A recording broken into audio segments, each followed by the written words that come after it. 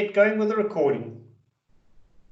Hello and welcome to the Wolk online forum looking at the global impact of the COVID-19. This session here is to give you a round the world in a 90 minutes perspective, not 90 days. 90 minutes we will bring you information about the automotive industry, how things are progressing, how it's changed, what the developments are, and hopefully it's going to be practical information and it's going to help to keep you positive in the face of the massive changes that are taking part in the industry, in the aftermarket globally. I've never seen so much information, so much press, so much media all on the same single thing. That just shows the importance of it. So, for those of you who don't know me or haven't seen me or heard me speak before, my name is Roberto Dal Corso. I am the Chief Growth Officer here at Wolk. And, as Sebastian mentioned, I will be the host for this afternoon's online session. And we've really got 9 amazing speakers, aftermarket experts in their own rights. And, they're going to be covering different regions around the world. Some of you may recognize some of the speakers from our forum last year that we had in Frankfurt. Yeah, that was a face-to-face. So, some of them are back and they've kindly partnered up with us again today. So it's really great. And I thank each and every one of them for giving up their time, giving up part of their day to be here with us, because I know some of them are late in the evening and some are early in the morning. So thank you to each and every one of you. Just a bit of background information. The format today is going to be a session where each speaker will get around 8 minutes. We will also be having a Q&A at the end of the session, but by all means, if you do have questions at any moment in time as the presentation's going on, please type them into the chat box, drop them in. The presenters will either pick them up and discuss them in their presentations, or if they don't get round to that because of the 8 minutes, between Sebastian, Leszek and myself, we will collect all of them and make sure that we get to each and every one and we answer those as best as we can at the end of the session. As Sebastian mentioned, in order for you to get the most out of it, you don't need to take notes. We're going to share the recording of this. We're going to share the slides. So that will come to you in probably, let's say, 2 to 3 business days. You will get a combination of that. And just a quick question, and I'm going to need to unmute that speaker for whatever reason. I'm going to unmute it and quickly ask Leszek if I've missed anything out. I think that we are right on track. It's very nice to see that bigger turnaround, and I guess this is hot topic, and therefore everyone is here.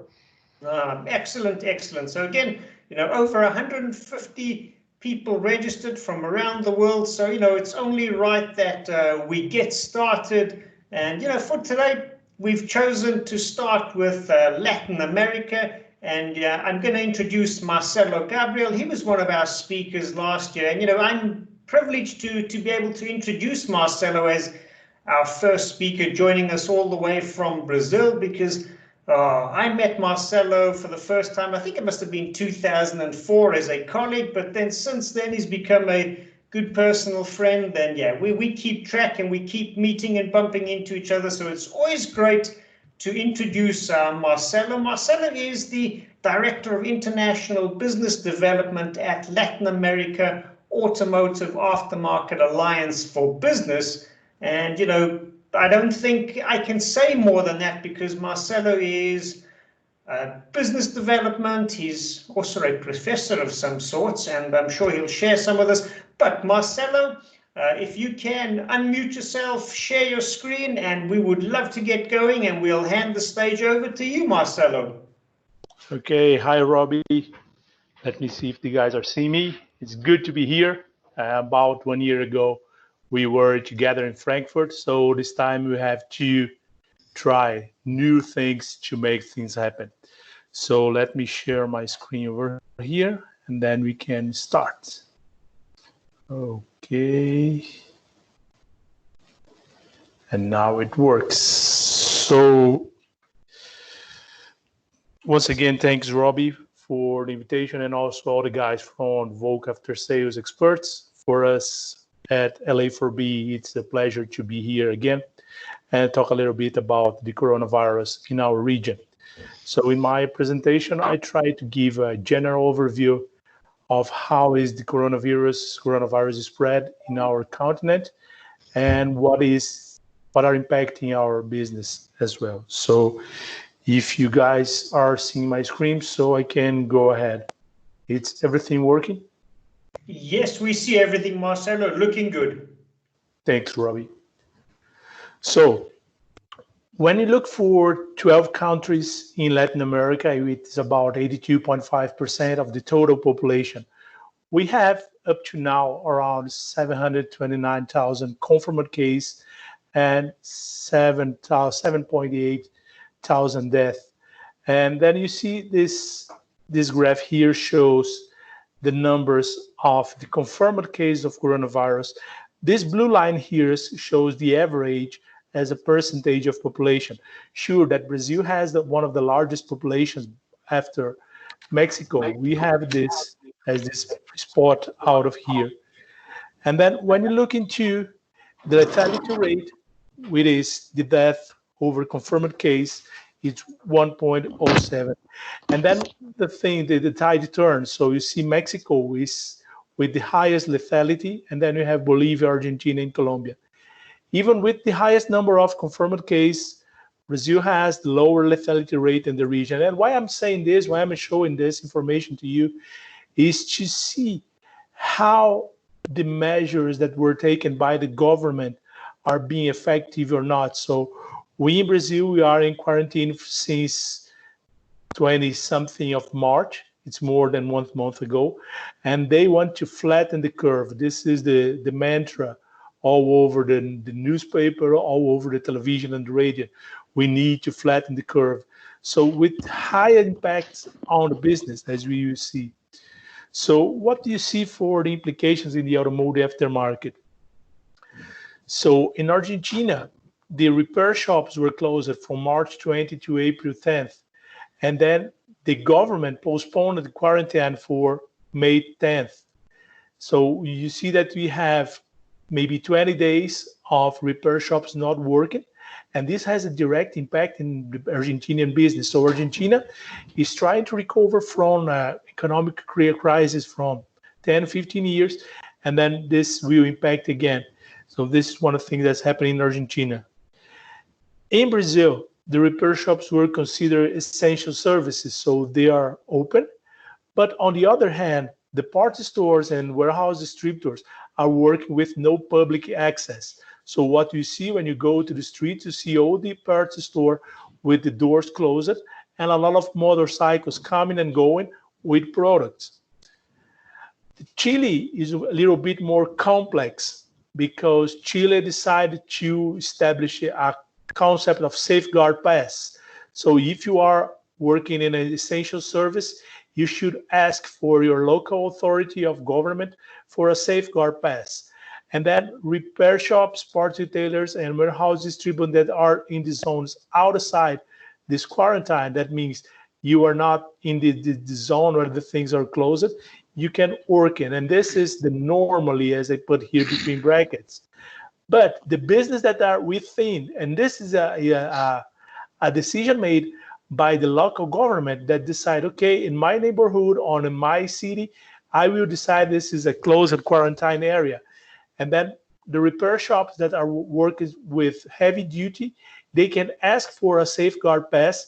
And as the safeguard pass is given to the company, and then the company can use the safeguard pass to the employees. And this is working for the heavy duty only. In Colombia, there is a very hilarious situation. In Colombia, they decided to split the way people go shopping. And then the men are allowed to go shopping on odd days in the calendar and women on even days in the calendar. And the aftermarket companies are operating to keep the essential services running. So the point here is, and what is common in almost all countries in our region, is that we are in the aftermarket, we are supporting the economy. So this is somehow is revealing the whole that we perform in the society.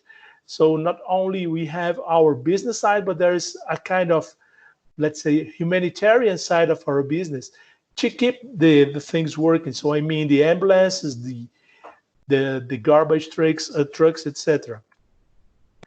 Mexican repair shops are operating normally. So they made the first assessment in the end of March, and they are counting 40% down in business. And now the government in Mexico that was elected 1.5 years ago is a leftist government. So he decided to give microcredit to small business. So they will give 1 million vouchers of $1,000 to be paid after the crisis. So this is one of the populist decision to keep this. In Costa Rica, they were working in March, and they were forced to be closed during the week of April 3 to 7, and they are still closed. So there is no allowance for them to be open.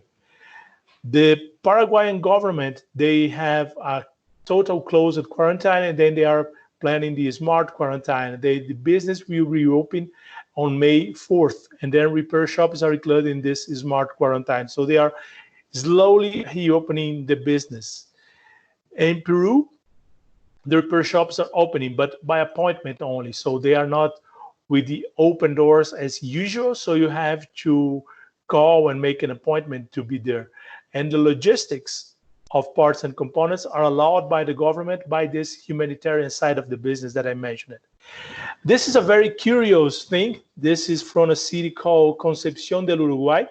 It's a small city in Argentina, close to the border of Uruguay. So they decided to create this coupon Concepción, and then you are buying pre-tickets or pre-buy tickets to use in your commerce or in the retail shops in the region. So this is the advertise for repair shops called Mecánica El Enano, which means in English, the repair shop from the dwarf. And then you see here, you can buy some prepaid coupons to help to keep business working. So at the end of the pandemics, you can go and use your voucher with the mechanics. So I think this is very curious and very hilarious. And I'm advancing in my time, so 8 minutes is very short, but it's okay. And this is, you guys, you have this presentation, so it's useful for you to see how the automakers are operating in Brazil. So you see where the automaker is, and this table shows when they stop it and they were planning to return. You see that some of them are putting dates like June or the end of May, and it's just depending on the agreement they have with the employees. As a matter of fact, the sales of new vehicles in Brazil were dropping. You see in this chart the first quarter of 2020 comparing to 2019, and you see there is a drop of 13.5%. So you are still facing economic crisis, and then we have this health crisis. And the analyst says that we are going to recover the numbers from the Q1 at the end of the Q3 of this year. In Colombia, you see also a drop in importation of new vehicles, and this especially for the commercial vehicles, trucks, buses, all for transportation of people and goods. And then I took this data to share with you about our humanitarian side and how the essential services. So you see there is also a drop in importation of vehicles in Colombia. And the part manufacturers in Brazil, our largest backyard of production, you are also facing a drop in the business, and then you have the figures over here. And one thing that is happening is with the downturn of the car makers, aftermarket, you gain momentum for the next quarter. So this is how I see this. We see that the production of new cars will reduce, they will consume the stocks, and then you have some aftermarket growing in the business. This is very quickly what the wholesalers requested for the government. So they request for suspension of payment of federal taxes, or even the agreements to pay the fines for 6 months, the concession of credit line to small and medium enterprise with 6 months to start paying. So all of these are being discussed with the government to foster the recovery of the economy. And then my final comments here is, okay, business as usual, but what will be the new normal? And what, analyzing all the data from the continent and the region, you see that many small companies will not recover. And there is a lot of cause for this. The first reason is the car owner will postpone the maintenance because they are respecting the worst case. They are expecting to be unemployed. So they save money for the subsistence only. They will postpone the maintenance. Then this will cause like a cascade, a fall effect, because the repair shops that are not managed professionally, and this is the majority of the cases in the region, they don't have cash flow or they don't have savings, and they will not resist for the lack of this daily invoicing. So they are paying every day their expenses. Also, the part retailers, they depend on the financial support of the wholesale distributors. And their wholesale distributors will conserve cash for the transition. Yesterday, I was talking with the owner of a warehouse distributor, and he said, I will pay my employees first. And I'm negotiating with my suppliers to postpone payments, but I cannot leave these people without money.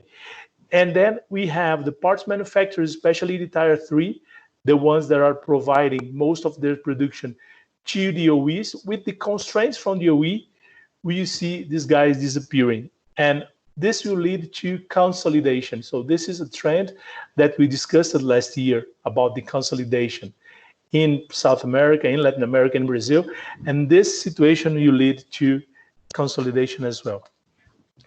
And then for those who survived the crisis, and we are witnessing a seismic shock. So you see for this chart on your right side, you see that during a conventional structure like our business is during an earthquake. So you see who is at the top of the building shakes more. And then I made this comparison. So the repair shops will shakes more, and then the retailers, the wholesalers, the part manufacturers. The latest article of McKinsey's has a very suggestive title: "The future is not what it used to be." And then the new structure is required for a new future of business. And the McKinsey's consultant said the imminent restructuring of the global economic order. So I'm not sure what this will be, but I see that we need to reinforce our foundations to survive this crisis. So in a nutshell, Robbie, this is what I have to share with our good friends.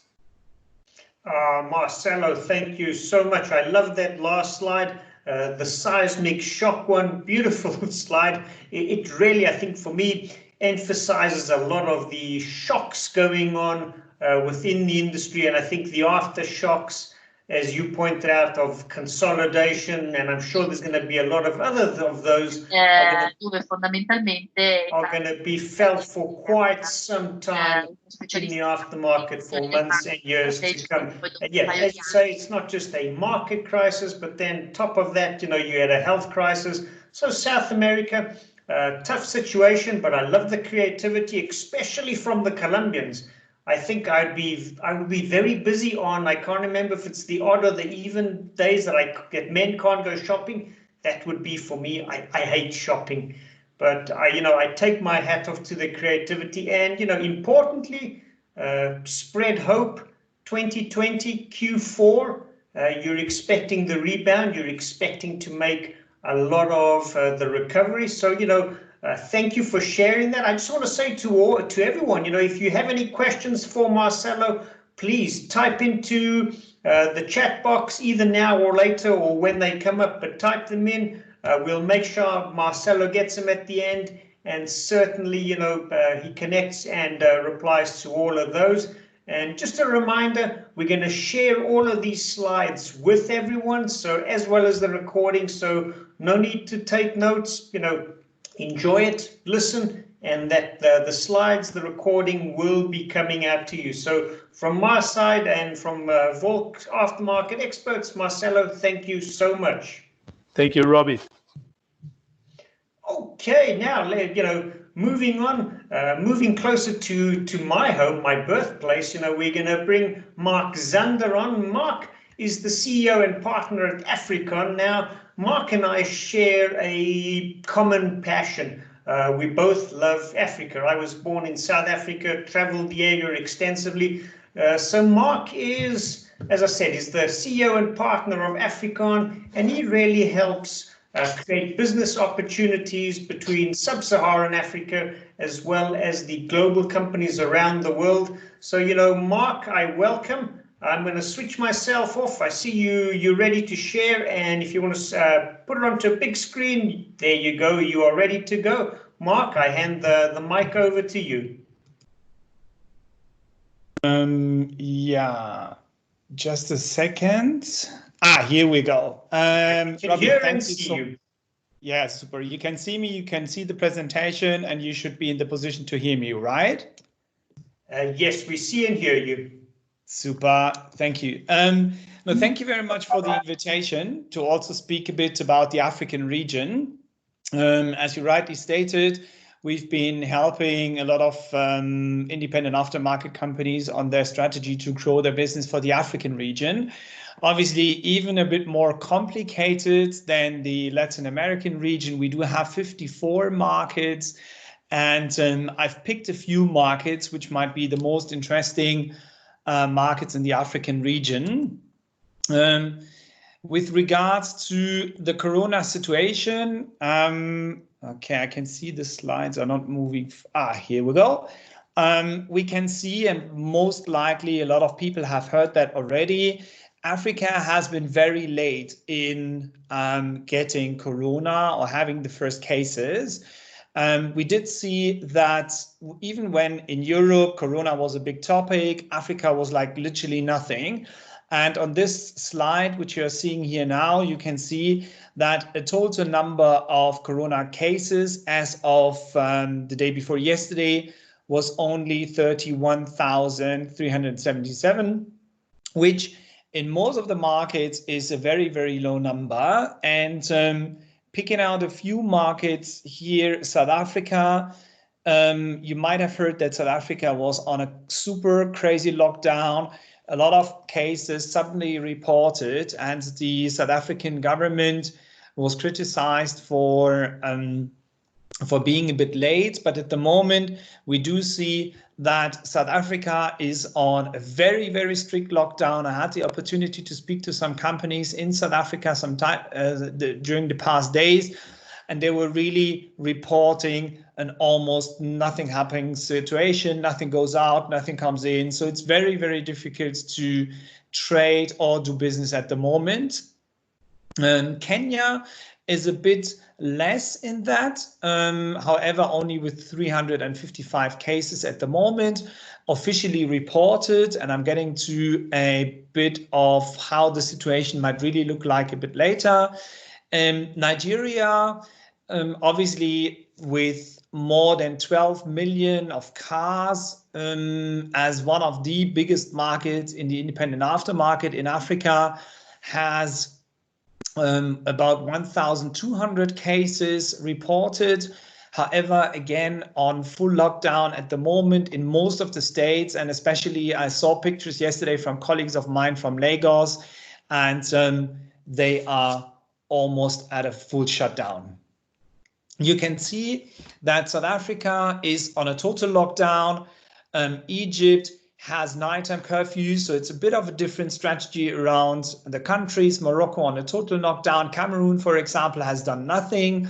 And you can see that in most of the markets, measures have been taken. However, I spoke to my colleague in Kenya the other day, and he reported that, for example, his intensive care beds in Kenya are only around 700. So people are obviously scared as well on how the situation will develop in the African region.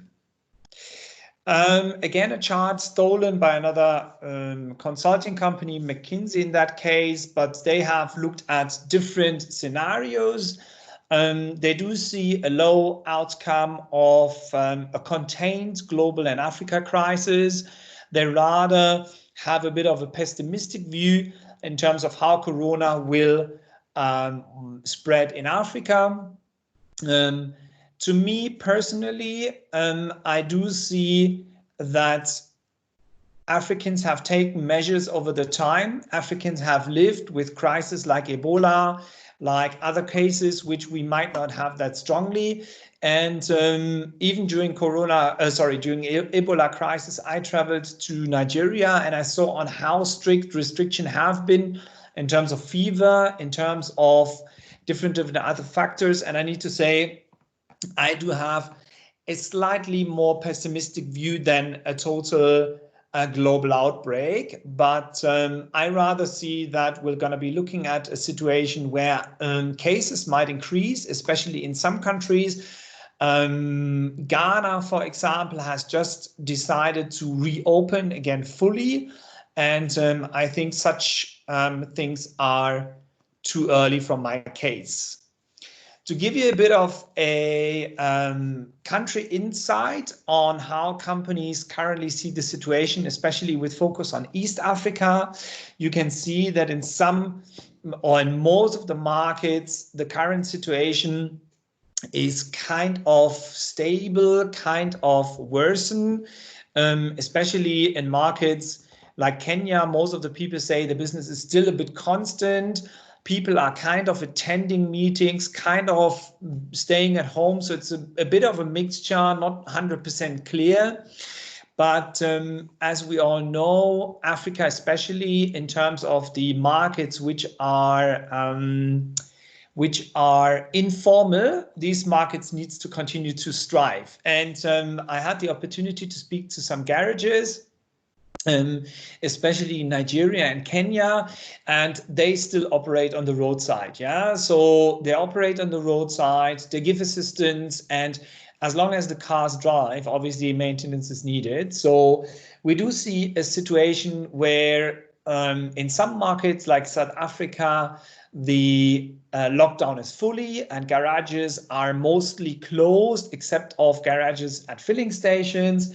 In some other markets, workshops are still open, especially in markets like Kenya, for example, or Tanzania, workshops are still open.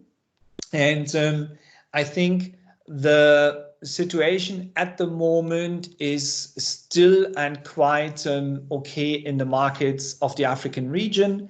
Finally, I would see a situation where the market at the moment is, in most African countries, coming at a situation where markets are already opening again. Volkswagen is opening their assembly again in South Africa. Ford is opening their assembly again in South Africa. So we do see that some activities are happening at the moment.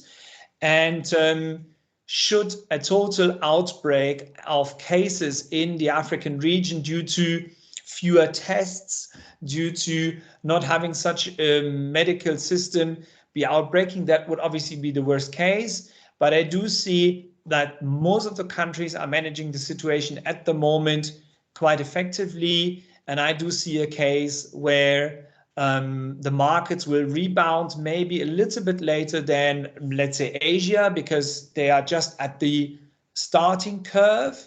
But at the moment, obviously, markets are suffering the same from the global crisis as they are in Europe or Asia. That's it from my side. Roberto, as you stated, if there are any questions, I'm more than happy to answer them in more concrete cases for the African region. Thank you so much for the moment from your side. Mark, thank you so much. That was certainly interesting. I mean, not a easy area to keep an eye on. 54 countries, as you mentioned, all of them operating at different speeds, different ways, so it's an absolute, I'm not going to try and knock it down, but it's an absolute nightmare at times to try and coordinate all of that. So, thank you so much. I mean, one of the things I've heard is, there's been few cases in the Africa region because some of the countries adopted lockdown very early. And, as you, I think, highlighted and mentioned, We also have, they are used to dealing with crisis. They've gone through some of these over the years. So I think in some way, mindset, they are stronger or more open to, they know what they're going to do. Let's get on and do it. Would you feel the same way? Yeah, absolutely. I mean, I remember times, and almost all of the times when I traveled to Nigeria, Ghana, Kenya, I did see a lot of tests happening even at the airport. So I do see that people have been continuously been checking for fever, continuously be checking with warmth camera, etc., etc. And I do see that countries are, how would I say, maybe better prepared. Sometimes you tell people, hey, you're going to be checked at the airport, you're going to be having a fever in a fever test, you're going to be having this and this and this, and people are reacting quite normal to it because it has been there all the time long. So people have understood that they will have to survive with these type of things, and they have gone through, and the businesses have gone through all of these phases. So most African companies tell me, hey, this is not so new to us. It might be new to you guys in Europe, but for us, we've been staying at home. We've been looking at Ebola. We've been looking at all of these things. So we will.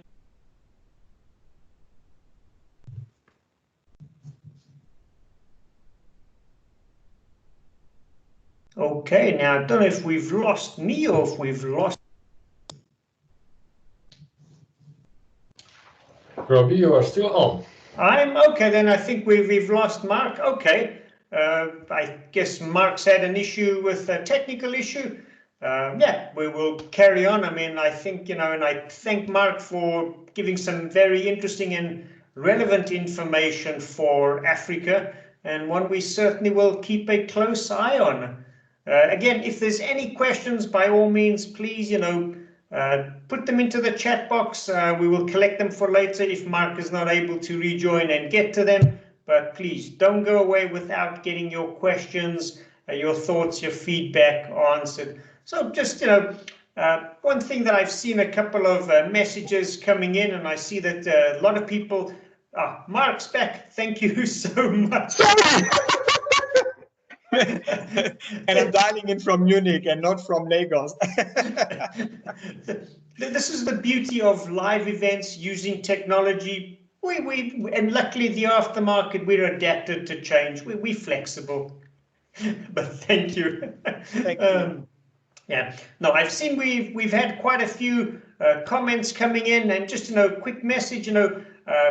This is the first of what we're bringing forward in terms of the COVID-19 information impacts, etc., from around the world. And we will actually be having a follow-up session in probably around 6 weeks, the middle of June. We're definitely going to bring an updated one, and let's see what has changed and what new predictions and what new information we have, because it's a volatile situation we're in. We literally, day to day, things are changing, things are moving, things are going forwards or backwards or sideways. So absolutely, we will be having another follow-up in around 6 weeks. Stay tuned. We will send and get information out on that.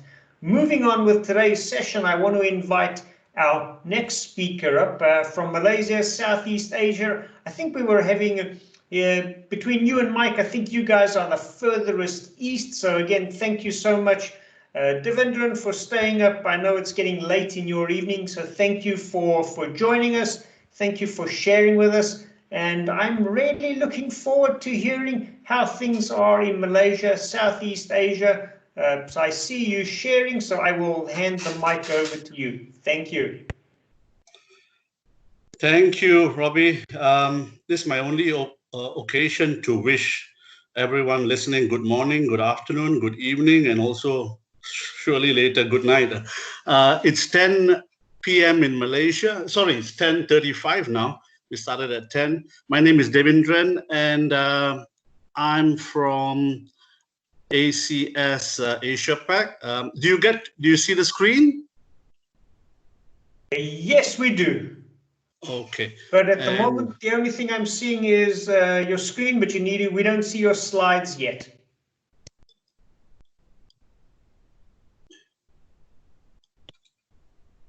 That's funny. Stop. Let me start that again.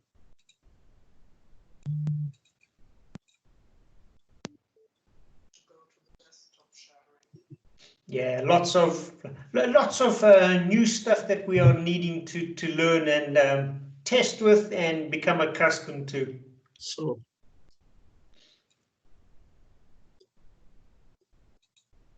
okay, I should be there. Do you see that? I see your screen. Okay. But that's looking much better. Looking good. Okay.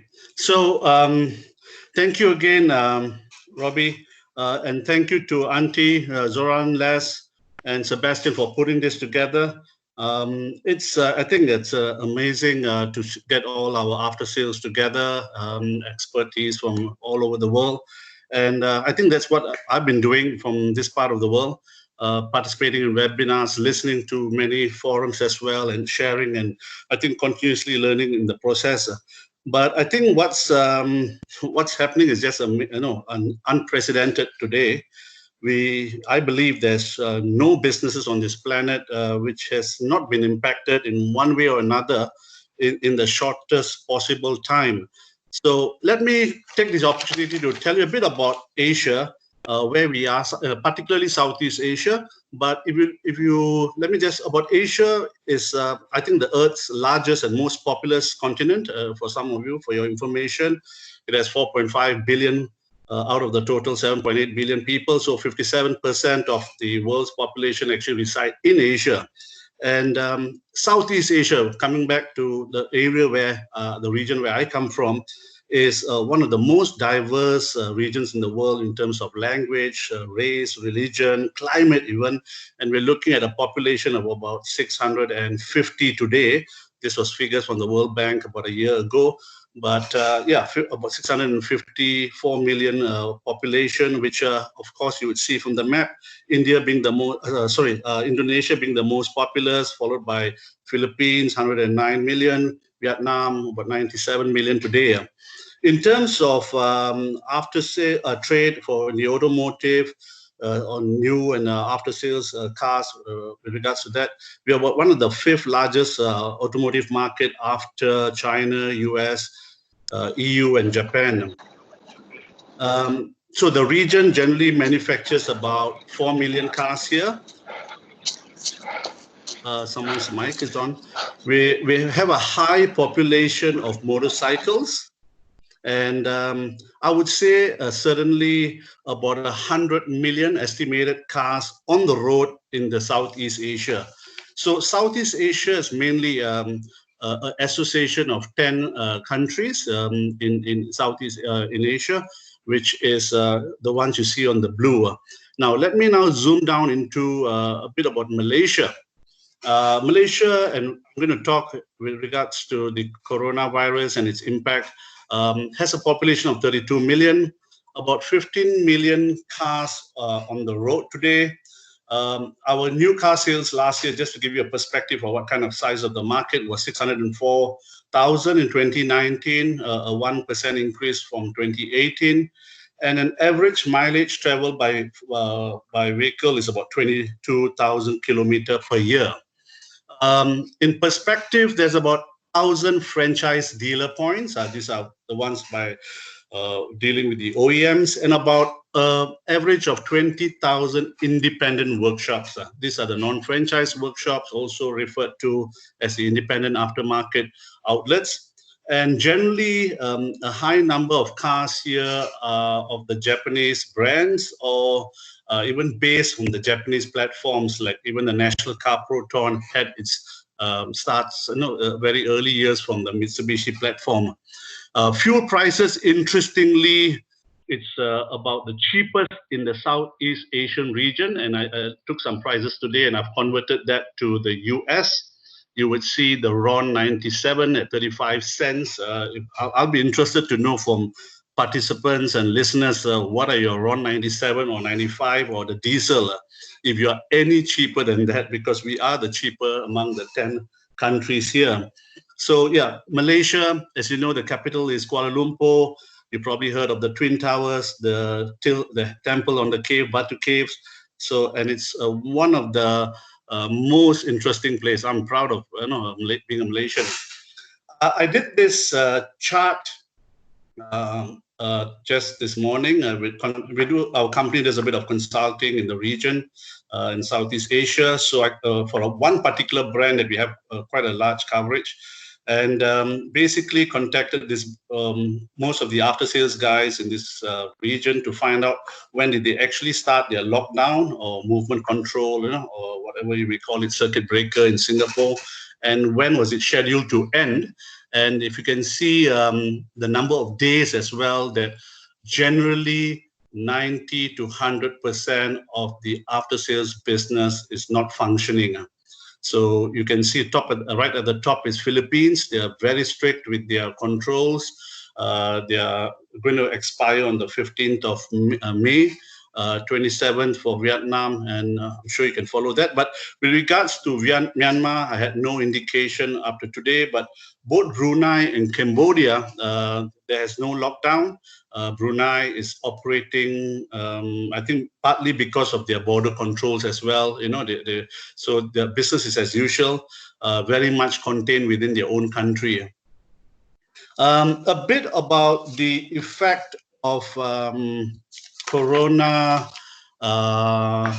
in Malaysia. As of today, we had 31 new cases, and this evening it was reported that our numbers went up to 5,851. That's new cases and also those who have been released and who have dropped off that list. And we hit the 3-digit today in terms of death, 100 of them. Today officially is the 4th phase of the movement control order extension. It was just announced, in fact, 10 days ago, but it was meant to have expired today. It has now been extended to the 12th of May. What's interesting is the local councils or the state government deem essential services. The automotive after sales service centers are deemed as essential services, but they are interpreted differently. So unless the local council grants the license to open, then even the state government cannot overrule that, and the dealership or the independent workshop is closer. So generally throughout this period in Malaysia, 90% of the workshops and the service centers are closed. Besides that, the whole supply chain is also disrupted. No one is able to receive parts unless you're doing an online business and you have a pickup and delivery, which is still allowed in the country. What's interesting is parts distributors and wholesalers have no digital e-commerce presence in Malaysia, which is a very, very interesting. A lot of them have got a website. They may have Facebook, some photos of parts, but basically a contact me page, but you're not able to buy a part seamlessly, in terms of purchasing it, paying for it, and having it delivered to you. So hint, there's a lot of opportunities not only in Malaysia but this part of the world.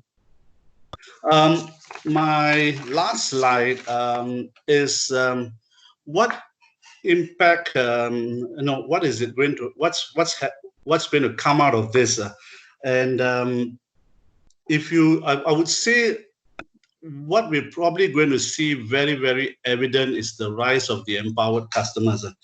I think customers are going to have more and more options to consider, as everyone now wants to, reach out to their wallets, and attract them when affordability is going to be an issue. We're going to be meeting customers' needs through all channels, an omni-channel approach. You're no longer on email or phone call, but through any way which is going to excite them, and make their transaction or their experience seamless, effortless, and also contactless. I would say I also put my second point about after sales or an afterthought. In this part of the region, and particularly I can speak strongly for Malaysia and Southeast Asia, after sales has always been like an afterthought. You consider the after sales services only after the sales. The sales takes a lot of prominence. That's where all the excitement is. That's where all the press releases, cutting of the ribbons in the showroom. So a lot of businesses here, dealerships here have given after sales very little thought. But I think there's going to be huge changes in this area. We're so used to hearing, in the CRM and on the sales side, the sales funnel. I think what's going to happen is we're going to start seeing the service funnel. How do we work those car population out there? How do we bring them and drive business into the dealership? We've heard about sales when a new car is delivered, handing over a car to the service center. I think what's going to happen now onwards is the service center or the service advisor or the service manager is going to now introduce the customer to the sales the other way around, because we're certainly going to see a drop of easily 60 to 70% in sales compared to last year. I would say more businesses, especially the after sales, are going to really start looking at their structure again, re-examining their strategy, their systems, their technology, even their facilities, their processes, people. I think it's going to be a big, certainly a time to reset, to reboot the whole business again. I put a term of the balance sheet, and I think this is definitely, I believe this is an area which has also been neglected in this business of after sales or aftermarket. We've given very little thought during the good times when sales were selling well, and that's where the gross margins were seen to be coming from. The after sales or the afterthought was always in the back burner. So the balance sheet was often not a focus. The work in progress in the service department, your back orders which has arrived and not released, your cash and credit debtors, and even inventory obsolescence. If a sales department wanted to order a car, he would have to justify it, do a business plan, and get management approval. But in the parts department, anyone could order a part, order an engine, and there was very little control. So we're going to see a lot more focus in this area. You're going to see certainly businesses were hoping to sweat as much capital from the after sales, as there won't be much inflow or income from the sales side. I put that I've also listed, I think dealer principals who are so used to being very sales focused, sales oriented, will start to need to embrace the after sales. They'll have to take an interest, because this is where the business is going to still happen. It's going to be a tough, everyone's going to be competing for it, but here where the opportunities are. And finally, a topic on digitalization. This will be the new norm for me. I think OEM and dealers will need to look at what are the available tools, third-party apps, and I've listed here some of the tools which are available. I mentioned, I know Praveen, a friend of mine from Singapore, is probably listening. He's got an amazing technology, which is all about pickup and delivery of cars contactless, in this region. They see it now, which is an audio visual, which is available from Australia, and this would serve very much now in this particular environment. My company and also ACS is involved in an e-commerce platform called Sparex Hub, and we're starting to sell age inventory which resides in the franchise dealer, through an e-commerce platform. So we're going to start seeing a lot of these tools which are going to be the game changer for the after sales business. So that's all from my side, Robbie. Again, thank you very much for hosting this. If there's any questions. Devendran, thank you so much. That was very informative. I've got a question for you. With ACS, you do such great work in the region, and you were showing that you're talking about a time to reboot, and you were showing that most organizations have been locked down for anything between 30 and I think 60 days, and it seems to be extended. And then you also mentioned some opportunities out there with e-commerce and with digitization. Are you aware of any organizations out there, or how are they, if they are, using this time to reboot and prepare themselves for life after the norm today? In Malaysia, particularly, in fact, just this week, the businesses have started to open the after sales, very selectively, 10, 20% of the outlets. I would say during the lockdown period, many of them have actually, started doing things differently, looking for opportunities. Suddenly it's all about what else can I do in a digital, way? What are the apps available? So I guess all of us, presenting today, I'm particularly never been, as busy as I am now. There's requests for consulting. There's requests for, can you help us with, link us with, do you know of anyone else who's got this particular app or software or solution to a problem that we have? So I think there's a lot more eagerness now. There's a lot of opportunities as well in this part of the world, in Southeast Asia. We've always been trailing Europe and US as well. We're probably maybe 10 years behind before. Now probably 5 years, and very soon with globalization and everything being online, anyone could buy a tool or software online and immediately start using it. Yeah. No, Devendran, thank you so much. I'm conscious of the other speakers, but I could ask you a lot more, but thank you so much. I mean, the opportunities are there. That's the positive news. The world is not going to be the same as it was before. So Devendran, Managing Director of ACS, thank you so much for your time. And if there's any questions, please put them in the chat box. We'll take them up at the end in the Q&A. Thank you. Thank you very much. Thank you. Bye-bye. Okay, moving on to another region of the world and a very important one, China. So for China, we've got Mike Hu, one of our speakers from last year. Mike Hu is the general manager at IRM e-commerce. And I know, Mike, there's going to be a lot of questions coming your way afterwards, I can only imagine. And I'm really curious to hear how COVID-19 is impacting the aftermarket in China. I mean, you guys seem to be further ahead of us because you're coming out of it. I would love to hear more about it. Mike, over to you. I'm going to turn my mic off. Okay, thank you very much, Robin. Good afternoon, good evening, good morning, everyone. This is Mike. I'm from Shanghai, China. So I give you some information about China. So about coronavirus, I think right now our situation like some time difference, like 2 or 3 months ahead of the rest of the world. So, but we still, right now, we still need have a face mask when in a public location, and let's say 80–90% of the resume to work. So, but still not back to the normal. So this is the situation.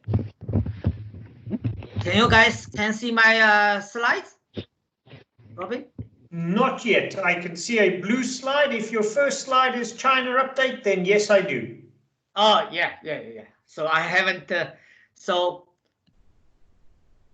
No, we see your slides. You're good. Okay. Let me have. Okay, so actually my company name is IRM e-commerce. So this is the when I created this company, e-commerce is the objectives. So right now our business, there are 2 portions. One is distribution, Tobo and TPMS. Actually, I today happened to saw there is a guy with a suffix is a keyboard. I think this is from Bugawon Tobo system. Then also another famous guy, Tony. This is from TPMS world. So the other is the consulting, aftermarket and remake. So I started my aftermarket career back to 1994.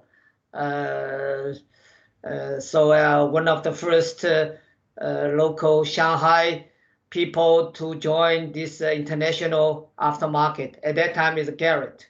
So I served the company include AutoZ, Borgwarner, Continental, Garrett, Samo King, and the TRW. Here I give some the production, vehicle production in China. So you will see now we are already one of the biggest new car production and sales in the world. From last year, from 2 years ago, so our production is dropped. So last year even more. This year the forecast still will be negative, but the percentage will be decreased. So this is the situation of our vehicle production and the sales. This slide is the just least information is Q2 of this year. You will see minus 42 in overall, then for passenger car 45, commercial vehicle less, still 28%. So this is the situation.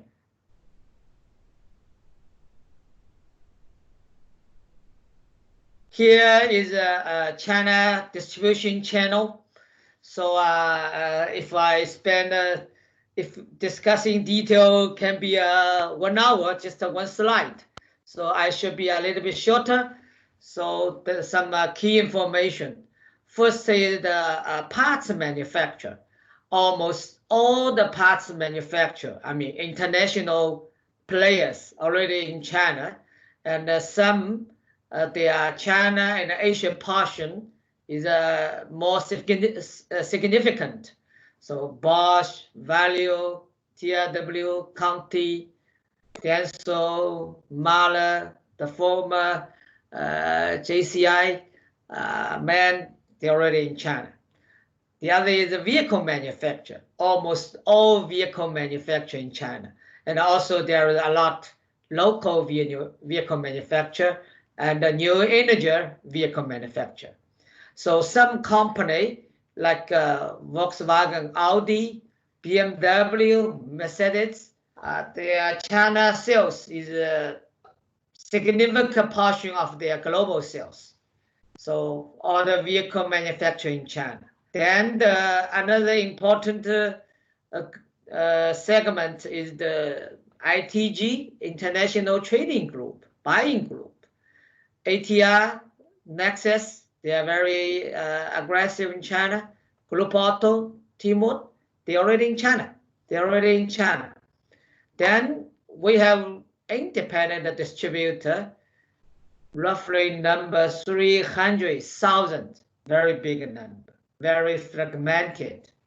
So we already have a new Kazon, they belongs to ATR, G-Parts, they belongs to Nexus, KZ More, they belongs to Group Auto. So again, you know, all the international player already in China.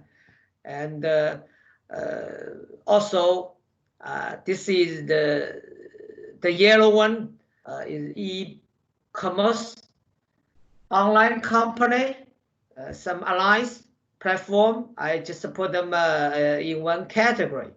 So actually all the internet giant, I mean the local one, they also have a presence in this kind of a company. For instance, Alibaba, they invest in Tmall and also Kazon, and Tencent. Tencent is the company, they have the WeChat. I think maybe most of you know WeChat. WeChat is combined Facebook, Instagram, Twitter, PayPal, everything in one. This is WeChat. So their parent company also invested this Tuhu.cn. Also, the other is JD.com. This is like Amazon China equivalent. So this internet giant already invest aftermarket. Then there are also other platform or alliance like stock sharing, like JQR. They are also belongs the member of Nexus. Batulu, they are member of Group Auto and CAS. So this company, they are the founder is not from aftermarket background. They are from Huawei, mainly from Huawei. So they are mainly targeted to garage. Then this is Bang. This is one of the biggest insurance company invested platform. Then this is the normal garage. So we have like a 460,000. So and also different kind of chain. Some e-commerce invested. Some the vehicle manufacturers second brand. For instance, like Euro Repair. This is from PSA. 车工坊. This is from General Motors. Of course, also Bosch. They have their franchise service networking. Then also the independent one. I just listed one of them, like a Watson. They have a repair shop. They are independent, but mainly is for we call BBA, Benz, BMW, and also Audi. Then this is one of the Didi. Didi is like a Uber China. Actually, they acquired Uber China. So Uber, they also invested the service networking. So this is the dealership. So we have like 28,000 outlets dealership. So this is our macro data, our car park, 250 million. Then the agent is around 5 years. So the total market 70 billion. This is the mainly the distributor level, distributor price. So this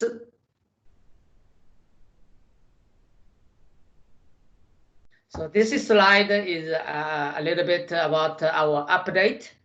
So after we interview some of the players listed the last slide, of course this is incomplete, and also the other traditional distributor. Our conclusion is the sales in China this year for independent aftermarket will be flat or slightly lower than last year. And the small distributor, traditional distributor, will have more difficulties. Some of them will be quit the business. The other is we already see the e-commerce and the platform, their advantage, especially in second half of February. We are still in isolation period. So this guy, the staff of the distributor, some even they cannot back to the city they are worked for. They just only can work at home. So the platform will be really help them. They can receive order. They can quote. They can give the direction to their warehouse, ship to the goods to the garages. So this is really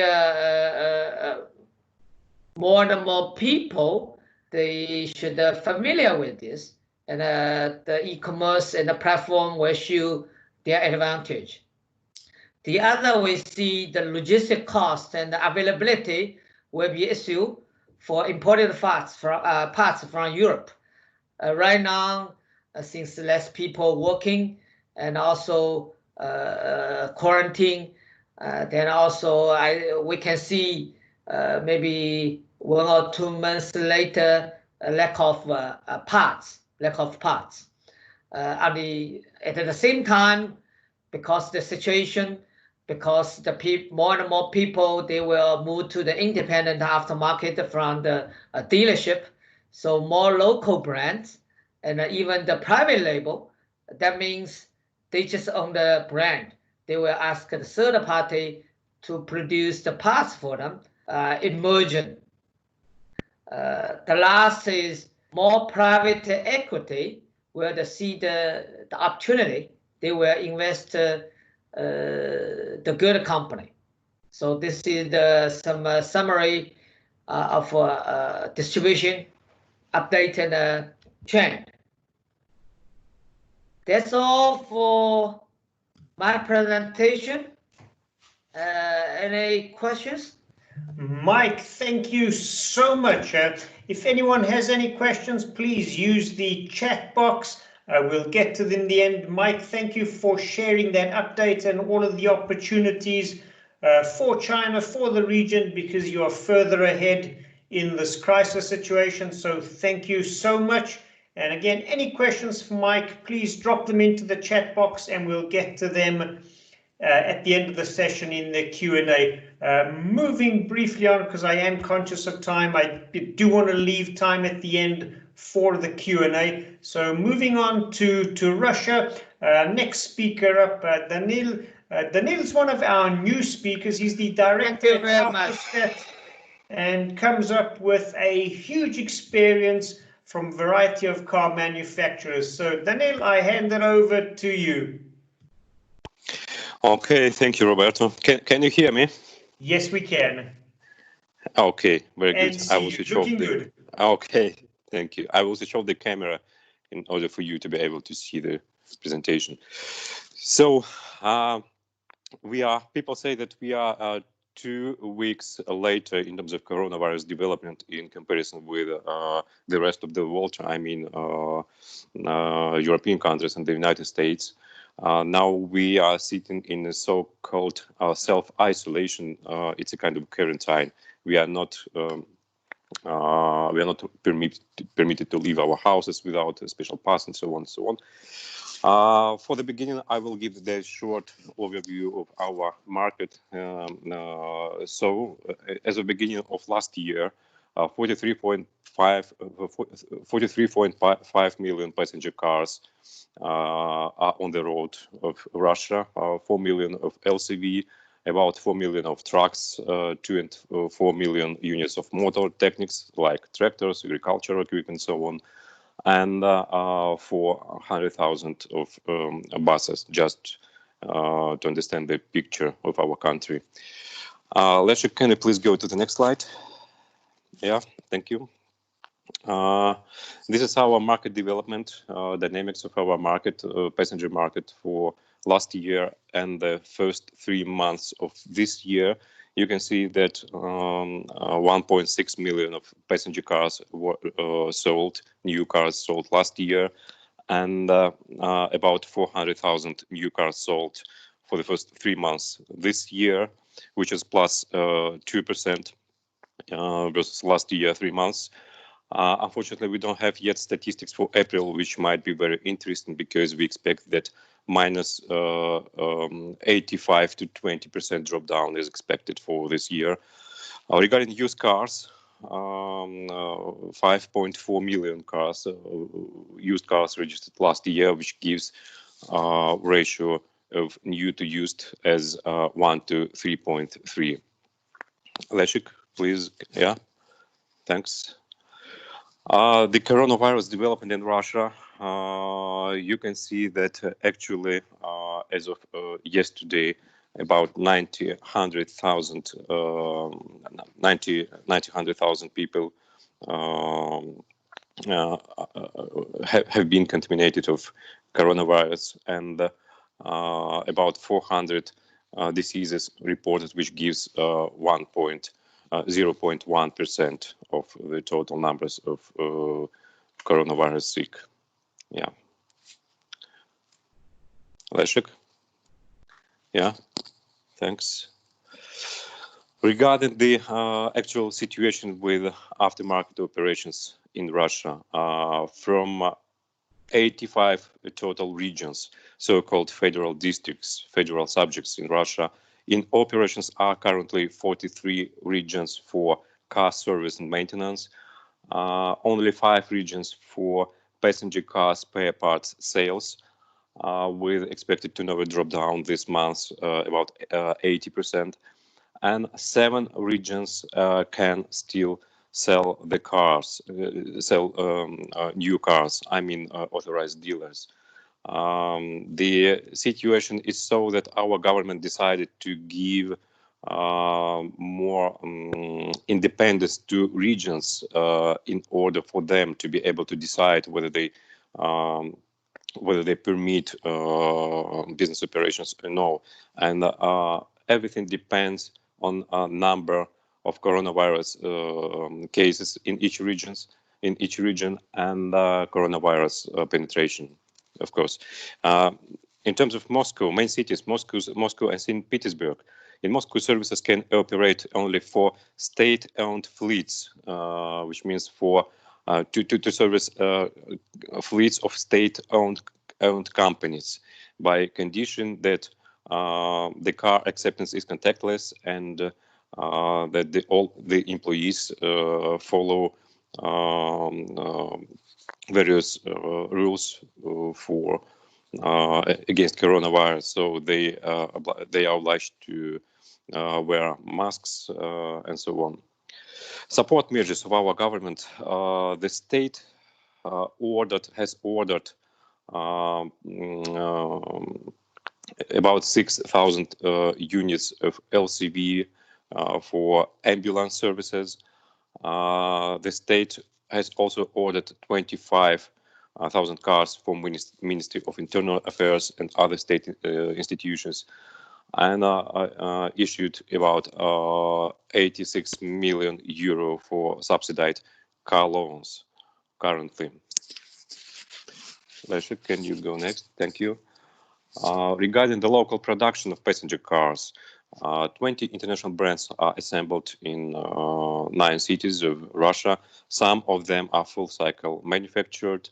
You can see that we have Honda, Kia, Toyota, Nissan, Renault, Mercedes, BMW, Audi, Lotto brands assembled in various cities, which means that 43% of all international brands have their local production plants in Russia, and several brands have even 2 or 3 plants.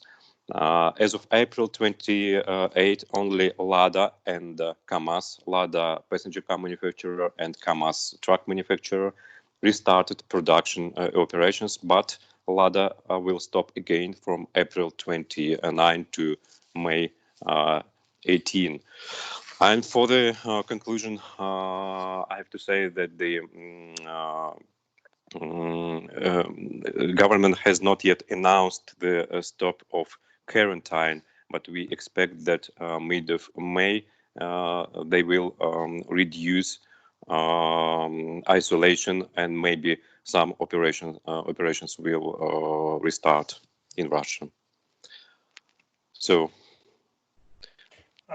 thank you everyone. Thank you so much. If there's any questions for Daniil, please drop them in to the chat box. Daniil, I have a question for you. Right at the beginning of your presentation, you were showing the drop in sales and production in Russia. Is that all related to the COVID-19, or are there any other factors impacting that?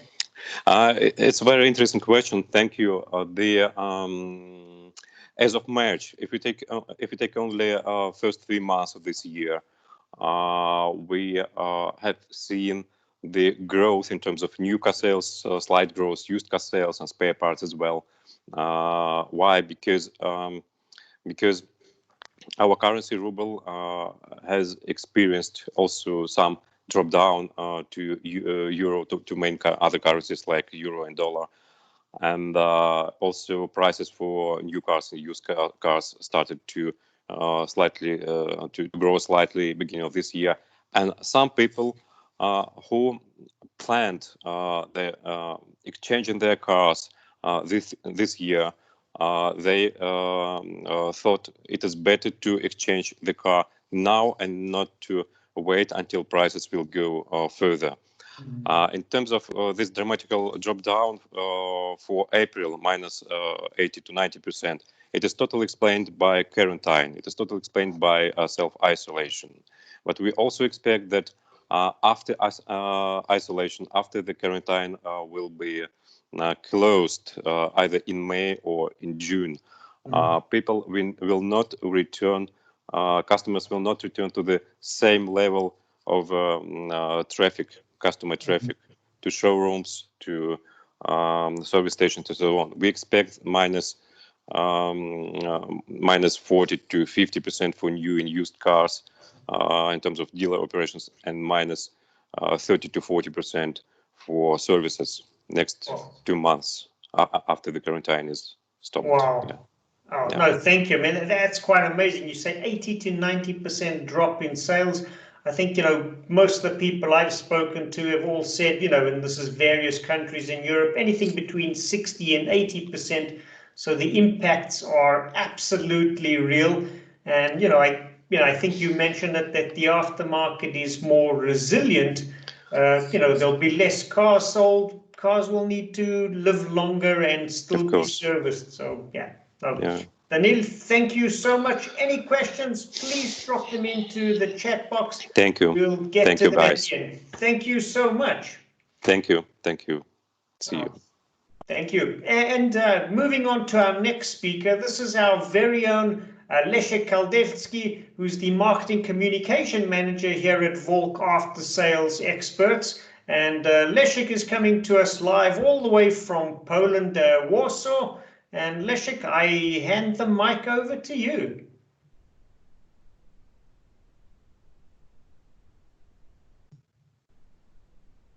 Leszek? Good afternoon, everyone. Yeah, it works always better when you turn the microphone on.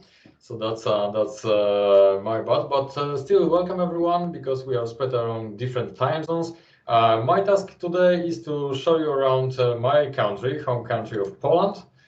So let me share the screen. Yes, let's start with the general situation in Poland in terms of COVID-19. So we are in the lockdown, and here are the 3 key takeaways. So if you read about Poland in the media or hear about the low number of cases, please keep in mind that we are heavily underreporting this. The reason is very simple. It's a political one. We are facing presidential election in May. Current government is doing whatever they can to keep up with that deadline and make sure that the election will proceed as it was planned before. This is a similar situation with Japan and the Tokyo Summer Olympics. They wanted to keep the events, therefore it was underreported. Then again, we have roadmap to leave the lockdown, and in fact the first measures are already in place.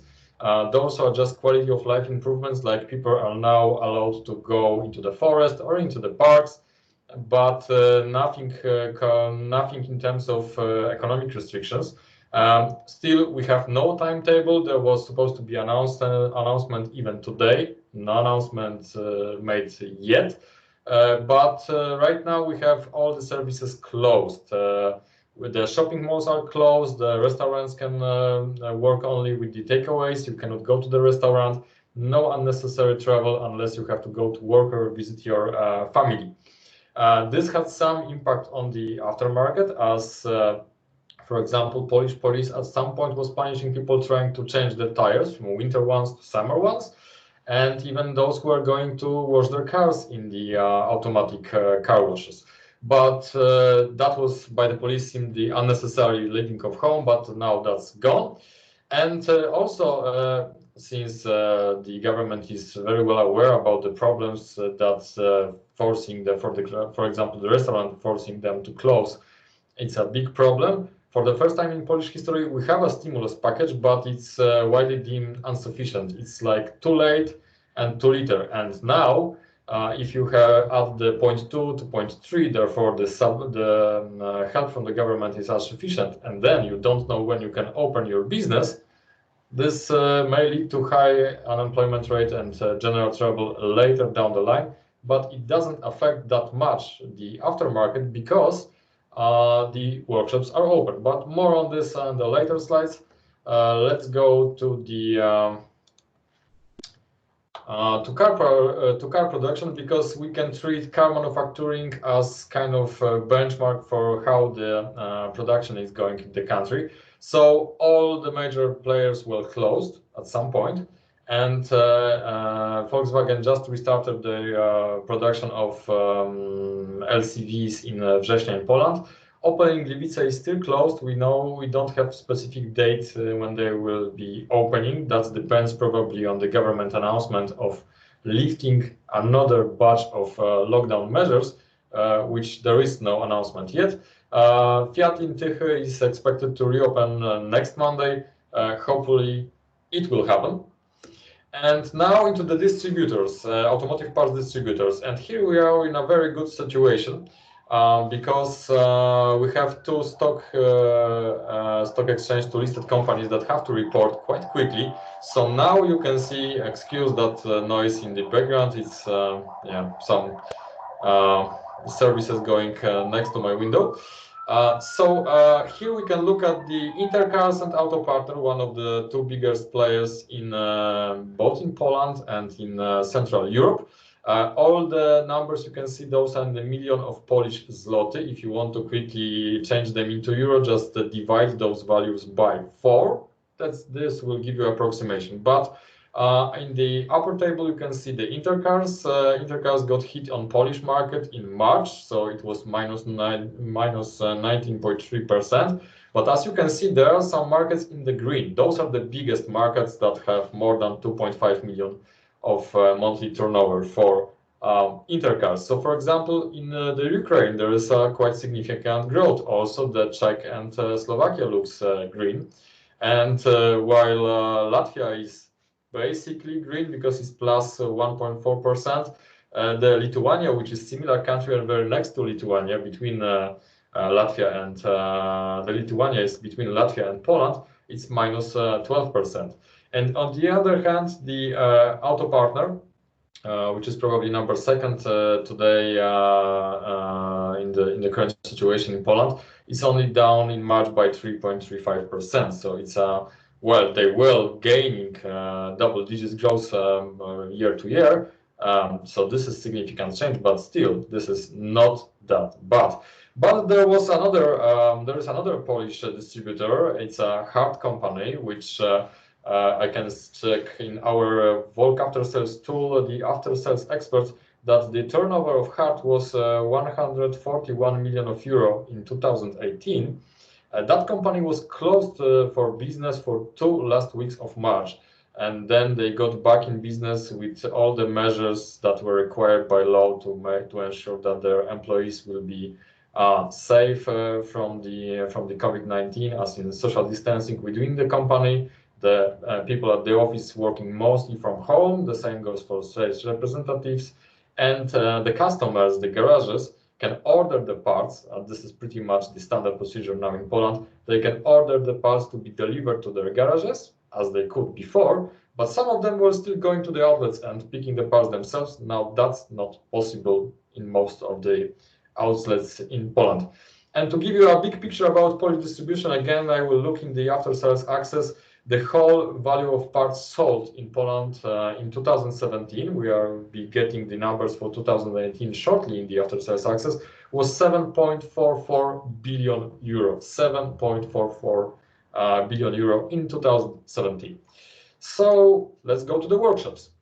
And here are some results from the internet survey done by portal motofocus.pl.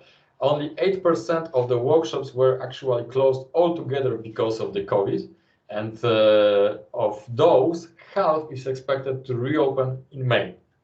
At the same time, workshops are eligible for the government support as any other small businesses. Yeah, like I said, this is not enough for them to conduct their business as usual. Therefore, 15% already considers or already did lay off some of their workforce, and half of those workshops is cutting salaries. Those cuts in the salaries are ranging from 20% to even 40%. So this is a significant change for the workforce. And the rest, which is about 30%, is not seeing any changes. But all of the garages are cutting the work hours they are doing in a week. Mostly, whoever was open for the business 6 days a week, then the Saturday now is off, so it's only Monday to Friday. And at those 5 weekdays, the opening hours are shorter.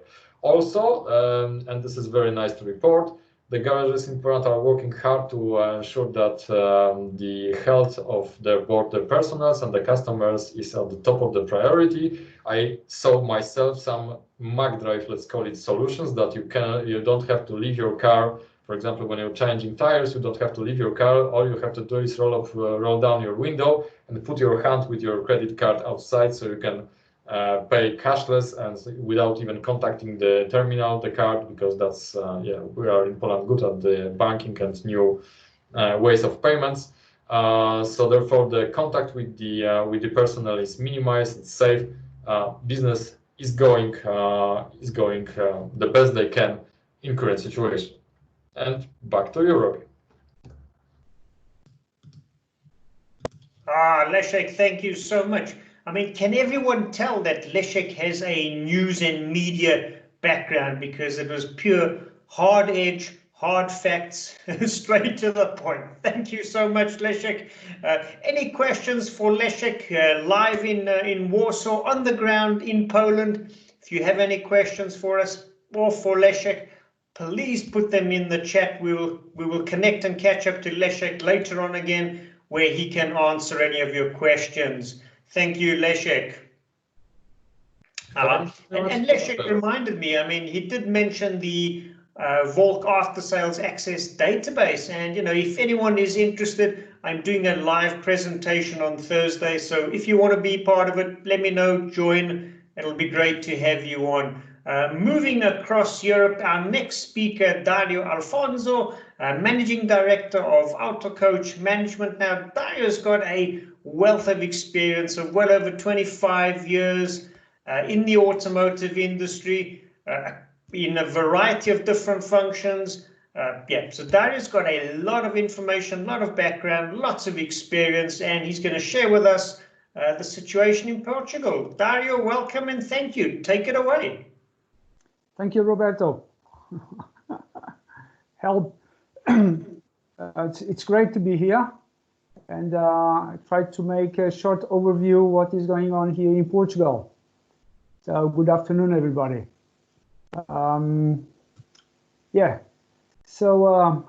Let's try to make a macroeconomic snapshot. I tried to show something before COVID and then after COVID. Okay, so we don't expect a decrease of population, thank God. The economic growth was last year 2.4%, and we are forecasting at least a minus 8% from IMF, which is a big change. The unemployment rate, it was in a very nice position, 6.7%. It's expecting to grow to 14%, so not nice. The fiscal balance last year was great. I mean, we had a super average. Never happened before during the democracy of my country. The thing is, we don't know how it's going to be, but one thing is for sure, it's not going to be positive, this fiscal balance. So this COVID make a great impact in our economy. Next slide, please. Okay. So this is the epidemic curve in Portugal.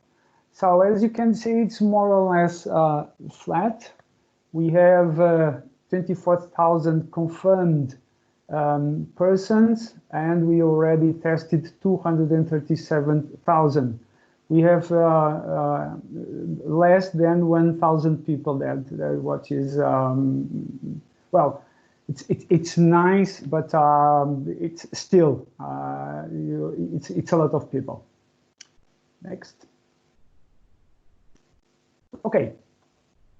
So regarding actual situation, what is going on outside? Because it's the state of emergency, everything stopped and changed in our country. So people are still in lockdown since 18th of March. So remaining of the state of emergency. After 6 weeks of lockdown, people's stress is increasing. So it's becoming more and more difficult to motivate people to this lockdown. Government informed the state of emergency maybe will be replaced for state of calamity, so a downgrade next week, next May 2nd. High schools will be reopening under restrict conditions next May 18, and other students already are in the school, but in the school TV, so they remain at home. The small shops and restaurants will open next week also, but under restrict conditions. For instance, only allowed 1/3 of the restaurant's capacity, which is a very strange situation. The use of masks in closed places will be mandatory too. And a very, very strange situation in Portugal. The government announced that this summer, the Portuguese beaches will have max capacity control. Never happened before. So it's strange. So from the automotive sector point of view, new and used car business is closed, except the online business.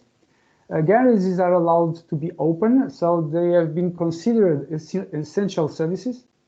Franchise dealers are only doing business with after sales right now, which is very, very interesting because nowadays franchise dealers look again to the after sales as the very, very important point of their business. Most of the DIM remained working after the declaration of the state of the emergency, so garages and parts distributors. The sector association called DPI from ACAP has been a great help for the sector, okay? Not only by informing the garages about best practices regarding COVID, because everybody was wondering, how should I handle with this? And from the other hand, at the same time, pressing the government to implement measures in order to help the sector with the COVID credit lines, phased payment taxes, moratoriums, and so on. So it's being very interesting. Next, please. Okay, this is a graphic, a curve, very interesting for us, and it shows a positive tendency. This graphic shows us the daily plate number surge. That means that in Portugal, we have a company that's called Tips for You, that it makes the link between the car plate you have in the car with the VIN code of the car.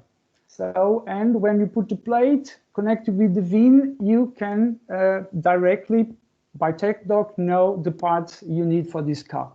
So what we have here is these searches that are being doing each day. So you can see that when the schools lock down, we have negative impact. Then again, state of the emergency declaration, negative impact. Then the curve slightly, it's like a plan, and then started increasing again. That's why I'm saying the positive tendency. However, yesterday, that it's the more interesting point after the state of the emergency, it's still a decrease of 40% compared with the normal activity. Everybody is expecting that in May things happens better than before in April. So business decreased between 15% or 70% in the parts distributor. And we say 15 or 70 because it depends of the area, okay? We have areas that decrease 50% and areas that 70 or more percent. Most of the parts distributors stop parts delivery service, but it's coming back. That means that during a period, if the garage needs a part, he had to go to the parts distributor. Now, slowly, it's coming again, delivering the parts to the garage. Around 10 to 20% of the garages shut down after the state of the emergency declaration, but most of them are already open. And most of them think in May being open. The actual biggest fear in the sector is payment. Everybody is very, very nervous regarding payment. So the parts distributors are pressing the garages to pay, and most of those garages, because most of them are small businesses, are struggling for that. So all the chain, the distribution chain, are in danger because of this.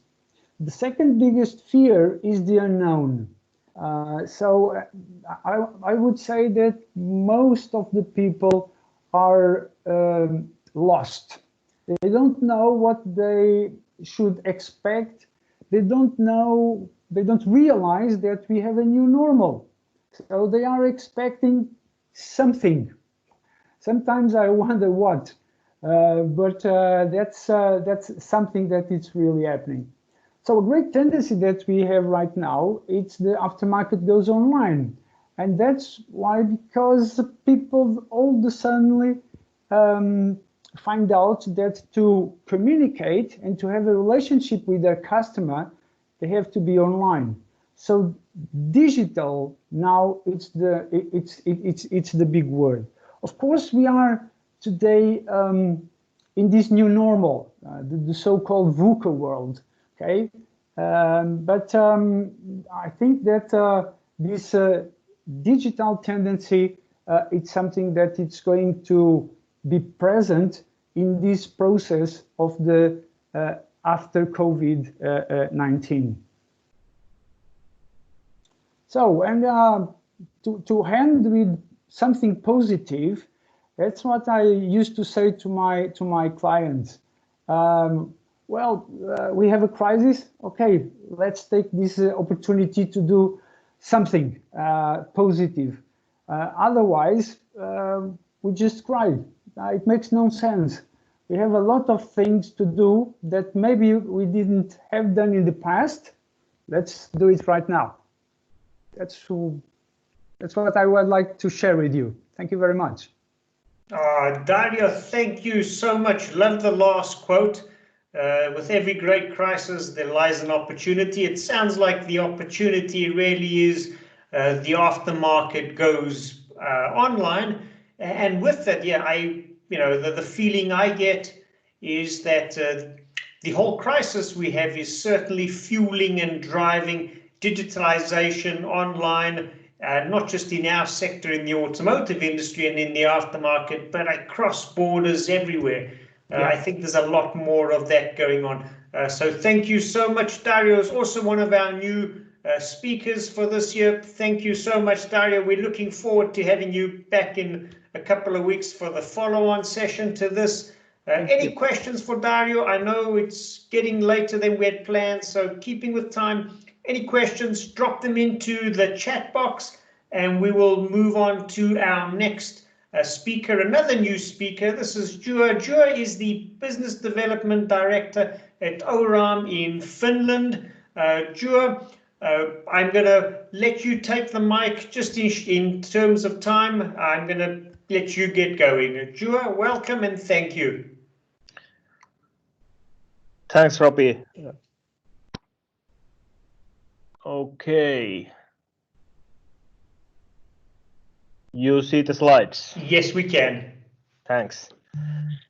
Thanks for your kind introduction, and thanks for inviting me to be a part of this forum. It's a pleasure to be here. Actually, like Robbie said, my name is Juha Seppälä and I work for Aurum. And Aurum is one of the biggest workshop equipment spare part wholesalers in Finland and in Estonia. And let's move to the presentation. Firstly, some facts about Finland generally and the automotive industry in Finland.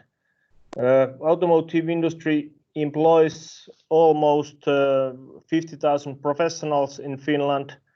Most of them are working for maintenance, repairing of cars and selling car parts. Only 6,000, a little bit more than 6,000 people are working for manufacturing cars and trailers. There's only one car factory for passenger cars, which currently manufactures A-Class and GLC for Mercedes Daimler. And beside car manufacturing, there is also bus body, special vehicles, off-road vehicles, and trailer manufacturing in Finland. We are quite small when you count people. There are only 5.5 million people and about 4 million vehicles in Finland. The area of Finland, however, is almost as big as Germany. Finnish laboratories have taken samples from approximately 82,000 people. The total number of laboratory diagnosed cases is currently 4,740.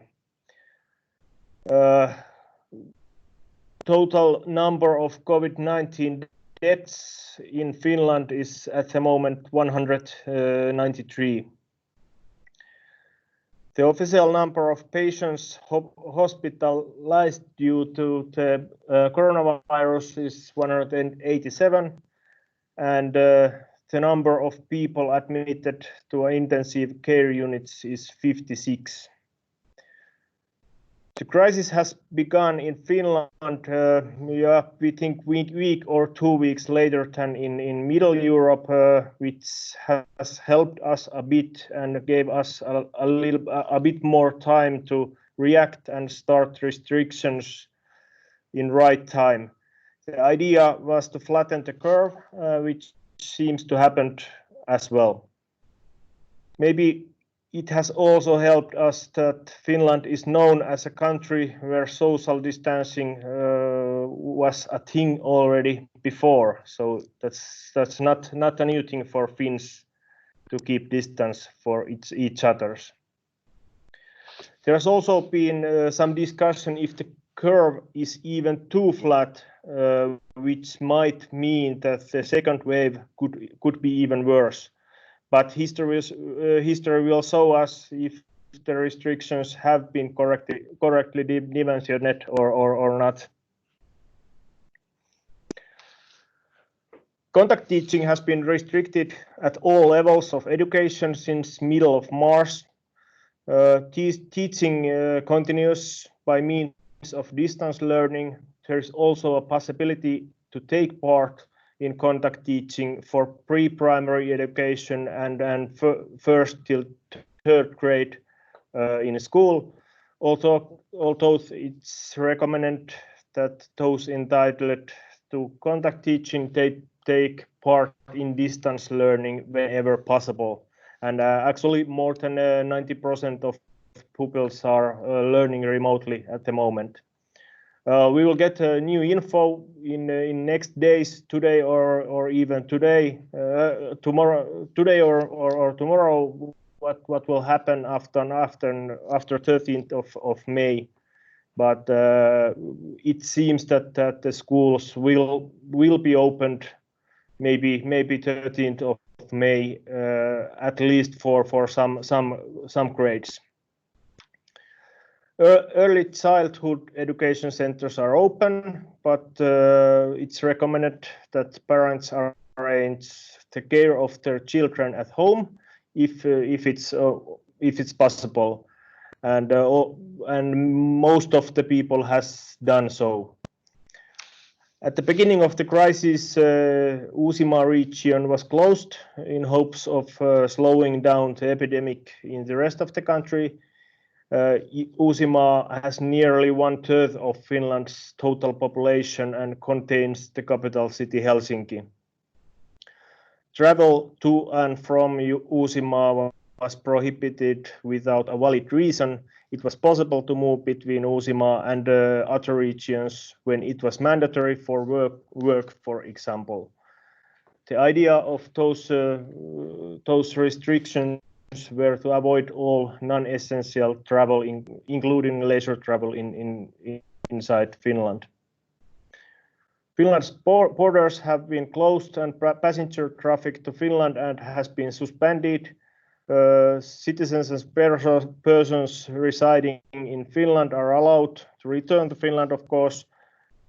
Only the most essential work-related travel across northern and western border to Sweden is allowed.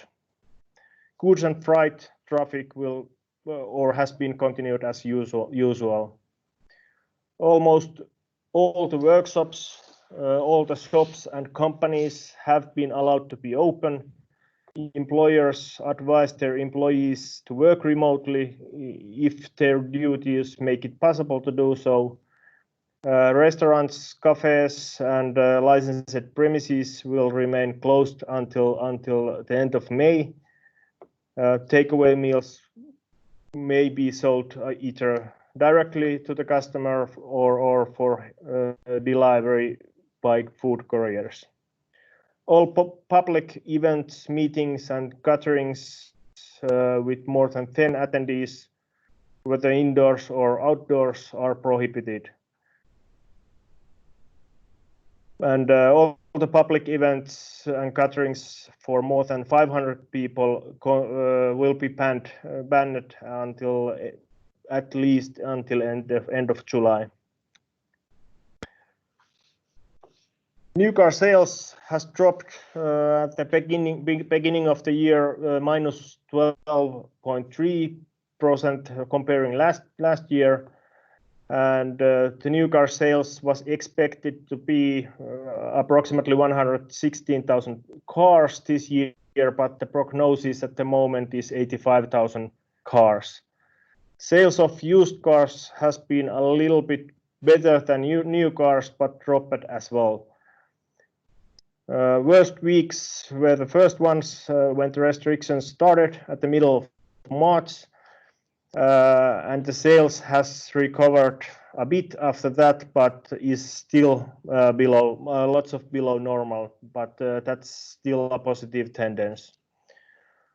Almost 90% of the companies are planning or already laying off employees. Employers are paying only salary for the time when employees are working, and employees are getting some support from the government to cover a bit of the loss of their salary. Since beginning of this year, average mileage has decreased 18% comparing last year, decrease from week 12 to week 16 was as big as 27%. Last year, average mileage for passenger cars was 14,000 kilometers in Finland. Average mileage has decreased also in commercial vehicles, but only few percent. That means less to do for workshops and especially for body workshops. Many workshops are working 70 to 80% of their capacity at the moment. There are also some support packages from the government to companies to survive from this crisis, and also some special support packages for companies to develop some new business for the future. So it's a good thing, and yeah, okay, it's still a loan. Somebody has to pay it in some point, but it helps good companies to survive from the crisis. Okay, that's all from my side, from Finland. Thank you very much. Joe, all the way from Finland, thank you so much. That was certainly an interesting topic, and I love the way, and to see some of the changes. And I guess in Finland, as you say, you had a bit more time to prepare because standing in the north of Europe, you must have seen this coming up from Italy through Switzerland, Germany, almost as a wave approaching you. Yeah, that's true, and it gave some weeks time, and yeah, it can be seen on the figures, of course. Thank you for sharing that with us.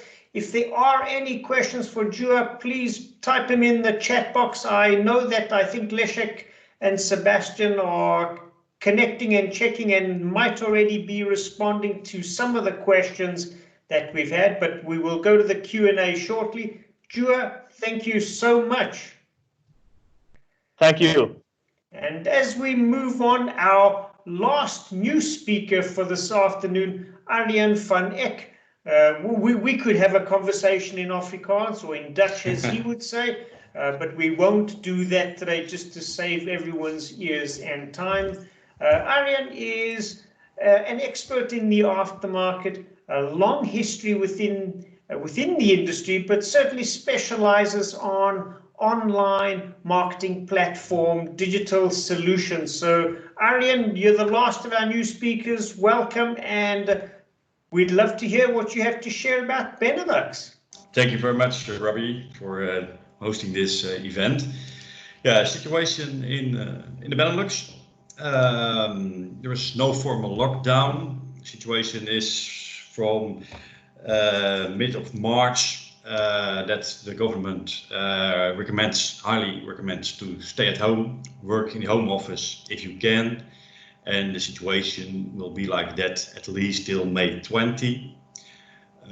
Bars and restaurants are all closed. No events at least till September 1st, but there are already some rumors that it will be even longer this year. Schools are closed till May 11. Luckily, primary schools will start again at May 11, but high school and college remain closed at least till June 1st.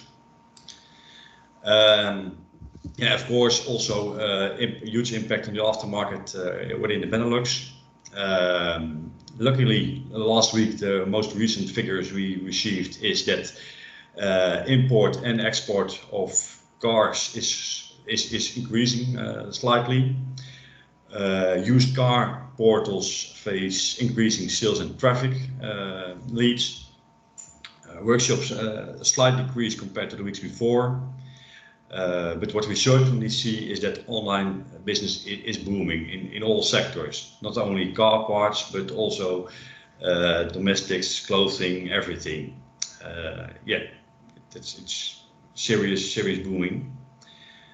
From the BOVAG, it's the Dutch organization of garages, the Dutch ZDK. They come with support on television with commercials that consumers should be aware that they keep their car maintained in this situation, because cars who are standing still,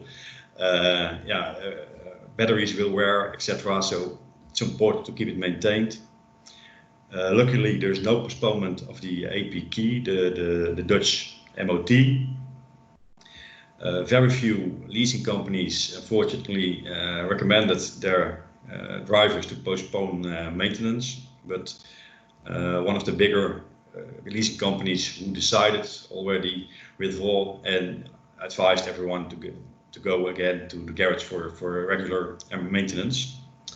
And of course, significant less traffic on the roads, so less mileage, it's less maintenance, and that will have a midterm effect as well, of course.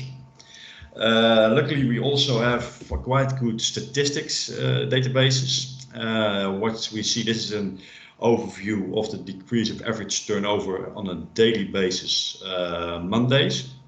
If you compare 2020 to 2019, so you see on a weekly basis slightly decreased, but not a very huge one. And on a total basis on a weekly, you see in April a minus 5.3%. Yeah, it is a decrease, but compared to other countries, we are quite happy with only minus 5.3%.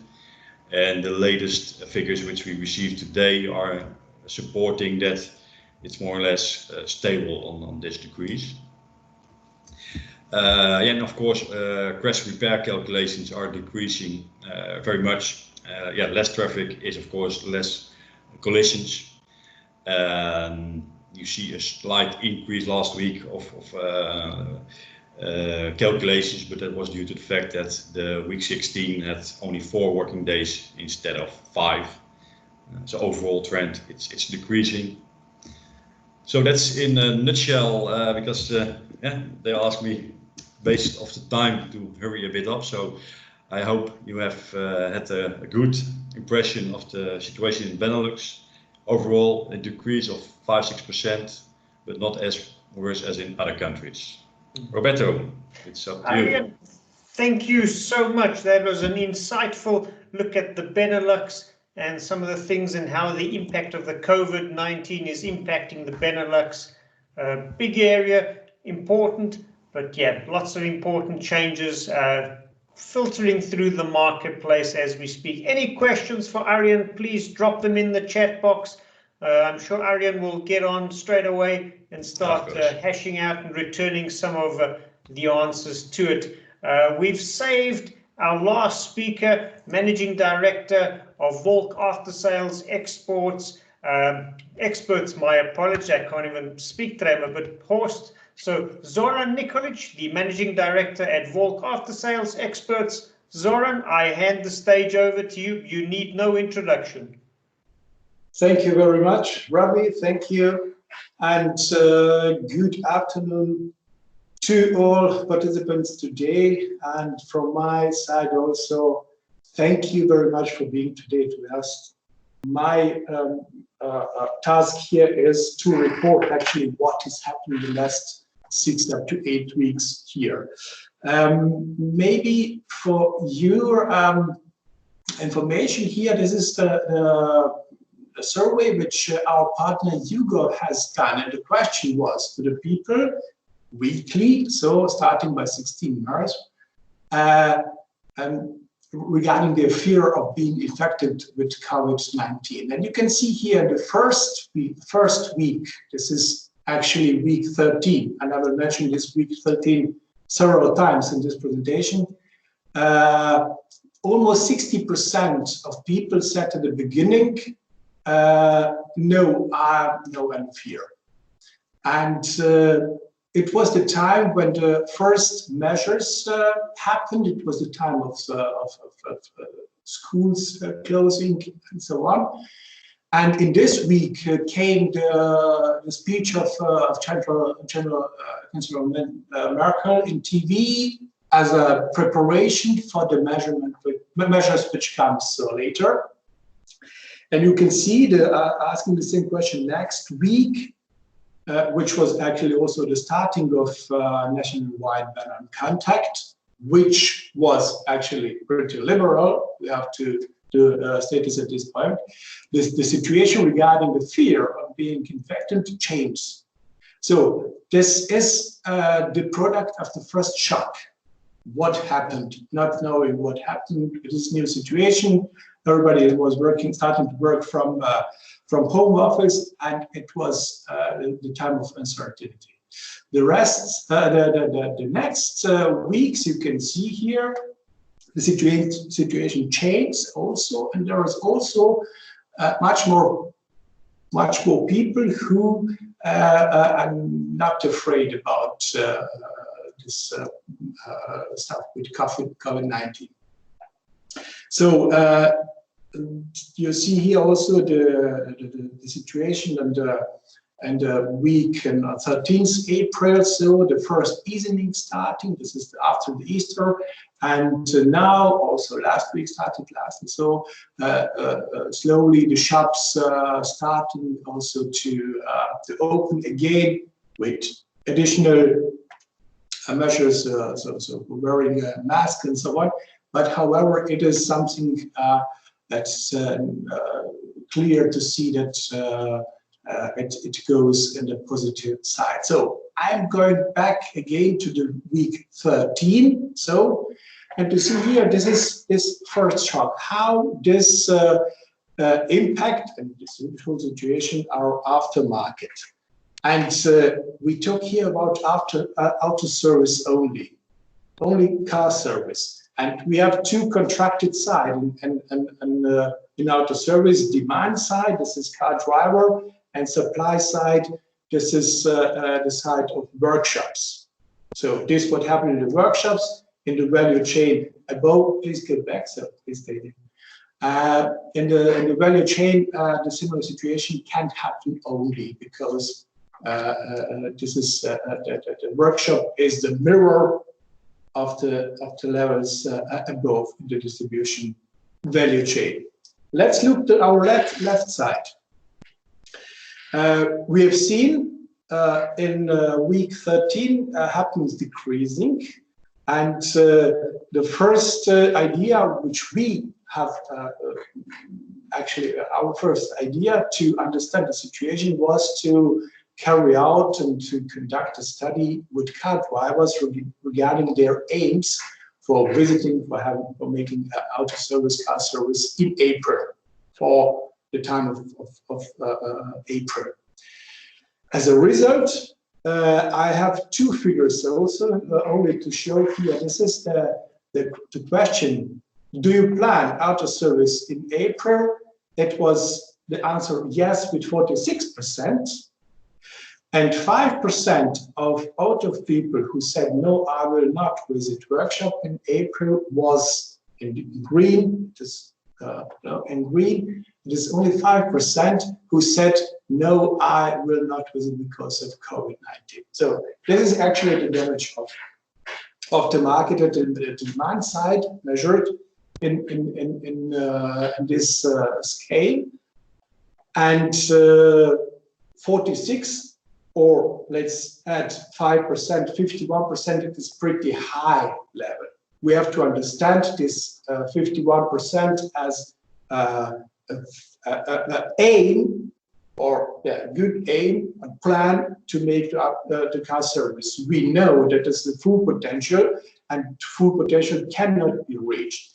If we look to the right side, to the supply side, it is the situation in April in the workshops, in OES and independent aftermarket workshops, means mechanical and workshops.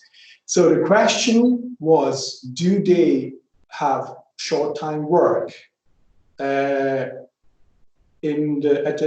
more than half of all workshops, averages answered with no. Also, the amount of 28% yes is actually something what is not directly to take this as a real figure. We know that is some amount of short time work there which don't provide full potential to fit the demand side, and with those situations we had to look to in the April month and to try to make some additional calculations. So we have it on one side. Plus side is yes, very many people are optimistic and want to give order. At the supply side, there is a short time work. So the yes situation is also caused by tire changing season in April. So traditionally good time for the workshops, and also no workshops was closed in this time.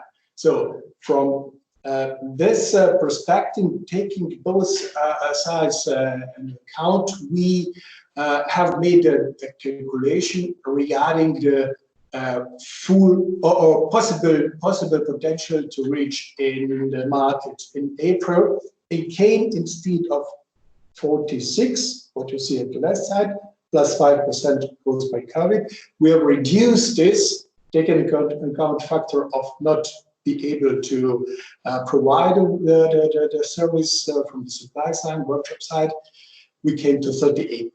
So translating, please go to the back, to the next, Leszek, next slide. So translating this in the weekly overview of number of invoices, number of orders in the independent aftermarket garage, which we were able to follow since beginning of the market. You can see in the week 13, this is what I mentioned. This was the shock, decreasing of the number of invoices in the workshop. But immediately in the week 14, real figures shows increasing or direction. And our projection still based on the car drivers survey is that the line will be go in this way. So slightly similar like the development, which we can see here in 2019 and 2018, which was very good year. So it means looking relatively to the last year, so we can say it is decreasing aftermarket, but looking relatively to the last month, we see here the increasing tendency. And it is actually this what we should do in this situation, to look increasing the positive tendency. By the way, looking to the situation in the market, in the garage, in the vehicle park, and so on, we do expect the similar development also in May for the workshops, for the invoices, for the ordering in the workshops. It means increasing tendency, similar like last year, especially because of new measures also in the market. So we can go to the next. But what happened after May? This is this what we can try to assume, and this is reasonable. It will come. So you see here the average mileage measured in German metropoles and different areas of Germany, and for all areas, it is possible to see that April was the flattening of the curve. So to see, yeah, it is, and very drastic. In Berlin was maybe some, it's not so yeah, strong decreasing, but overall we see the flat April figures. So it means the invoice for this situation will come probably early June and maybe also in July. For sure, it will be. We will show this development on lower kilometers driven by car drivers in this summer. And we have to be prepared, all of us, so acting in German aftermarket, to prepare to this situation and to use and to utilize the current situation, which is actually more friendly, business friendly. So to make necessary measures for the summer months. This is our point of view. It is not so long term, so for perspective, but this is actually what we can measure, we can prospect. Maybe just it is from the German side everything what I could provide to you right now.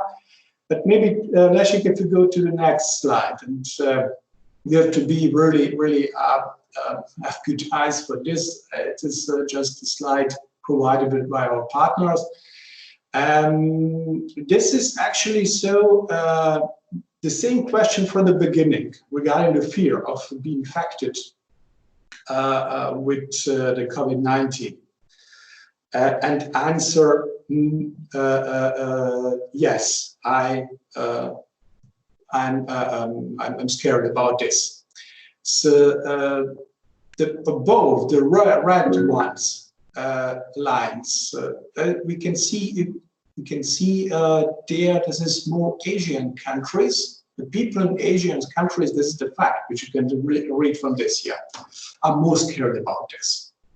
If we could make this shape or what we have done in this analysis to see here regarding the scarcity demand and supply side, the affect both sides actually, because people are acting everywhere.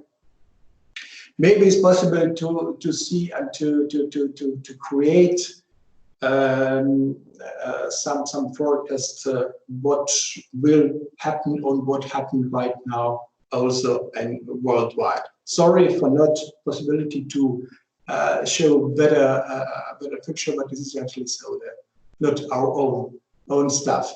So this question I would like to provide to our audience also, and maybe as a first question or question and answer discussion. Thank you very much. Thanks, Zoran. Thank you so much for sharing that overview with us from Germany. Yeah, I do realize it's taking longer than we had planned, so we do apologize for not getting you out of here as we had planned. But I do want to give the people that are still left a quick opportunity. If there are any questions to Zoran or any of the other speakers, or any questions in general, please drop them in the chat box. I don't want to rob you of that opportunity while we have the team on board. And while I just wait for a minute or two and we drop some questions in, I just wanted to say, I did mention earlier that we're probably going to do, we are going to do another session of these in about 6 weeks, middle of June. So keep an eye out for those emails. As well, I do want to take the opportunity to thank the entire Wolk team, but in specific, Leszek, fantastic job. Between you and Sebastian, you guys did an awesome job, did all the hard work. Thank you so much for making it all possible for all of us to be here, see it and be part of it. So thank you guys. And Leszek, Sebastian, any questions in the chat box that maybe we haven't had a chance to touch up on yet? Yes, I saw a question during the session, and it was asked to several of the speakers regarding e-commerce. So if everybody is expecting that digitalization or e-commerce especially will increase faster in the markets because of COVID-19. Very good question. Who was that directed to, or who would you like to direct it to one of our speakers, or maybe back to Zoran? Yeah, Zoran, Marcello, if you are happy to answer that, please share your opinion on that question. So to be honest, in this situation, okay, online business is only possible business in very many areas. So, and from this perspective, it is reasonable to see that the online business will increase. But again, and this is our statement since very many years, online business as just providing part from one part of the earth to another one without any services is only limited business. Marcelo, if you're still on, anything to add from your side? Yes, Robbie, sure. Are you hearing me? Yes, we do. Good.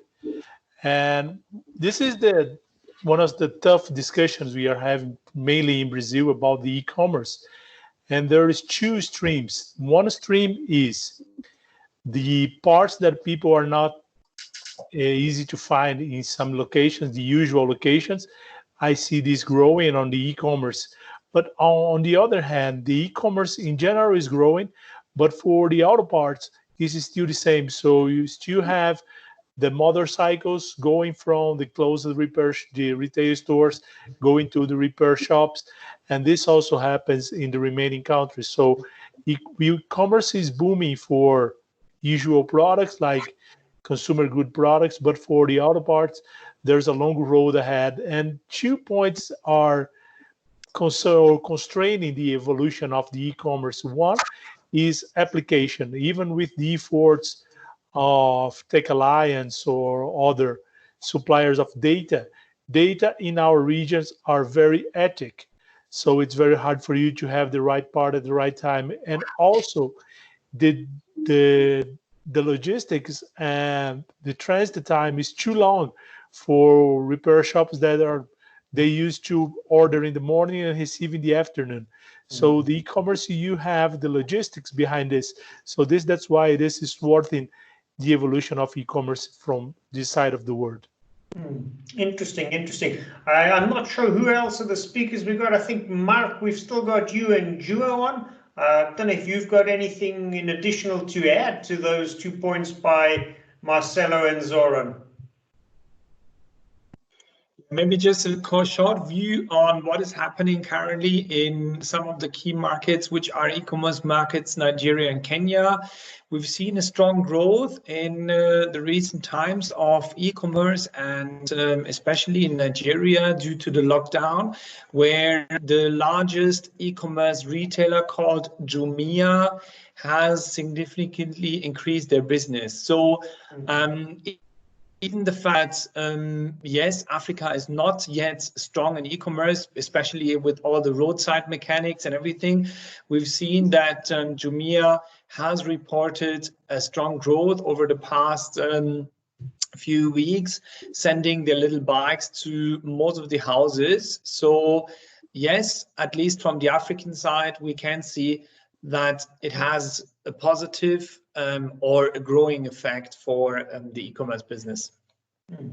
Interesting. Joe, anything to add in additional to that? Yeah, this all makes sense, and I think this e-commerce thing is a key point for the workshops, because many people are using all kind of e-commerce tools. They are forced at the moment use that kind of tools, and I think after this crisis there is huge demand to offer that kind of functions to book a time for a car service or that kind of things. Of course, it will have some effects for the workshops as well and spare part business, but I see huge potential for the end customer side. Thank you. Hopefully, Sebastian, that's the quick round from our experts will have given the people asking those questions a little bit of feedback and some good answers. Is there anything else that we might have missed or that you want to bring up to our speakers that are left?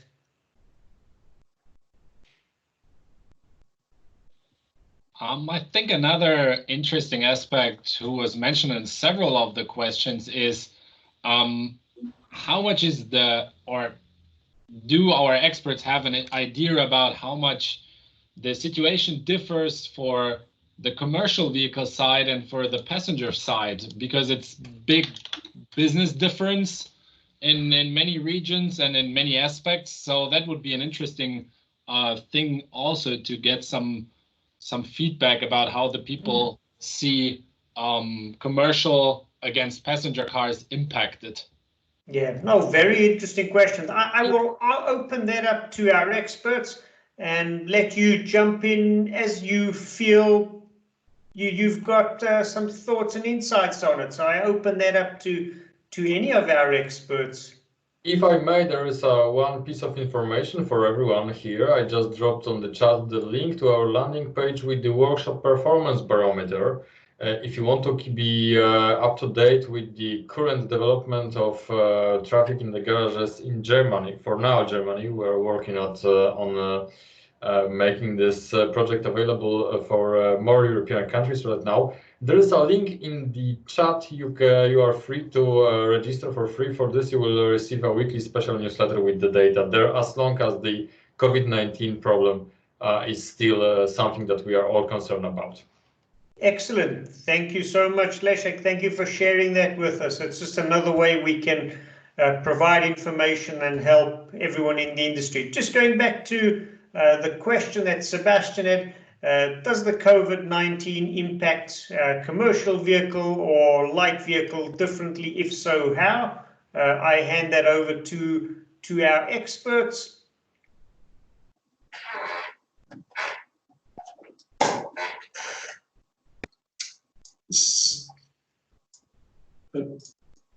Zoran, do you have any thoughts on that?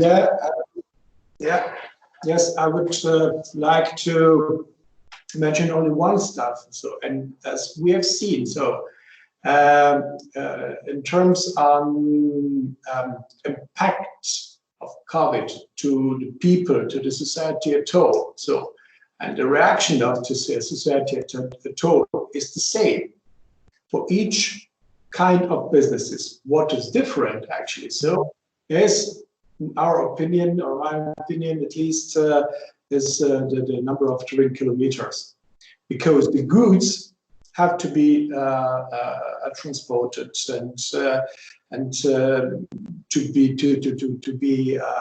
ensure the value chain not breaks. And if we don't have stationary sales and point of sales, so like in the past, we have online sales. We have seen, so this is the point.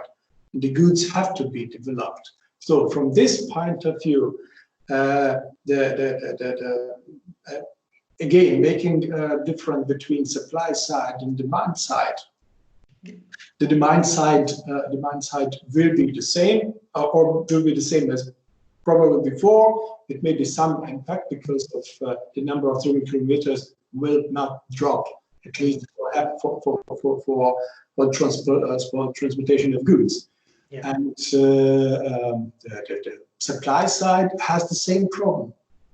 The people face the same problem.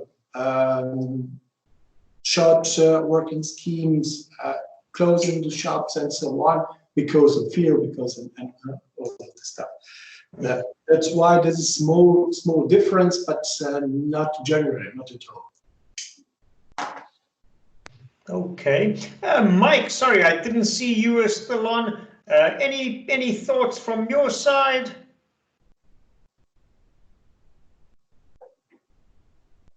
I may have some comments for the previously e-commerce side. Sure, please. I think like Marcelo mentioned, the cataloging, but I think maybe we do not follow this concept.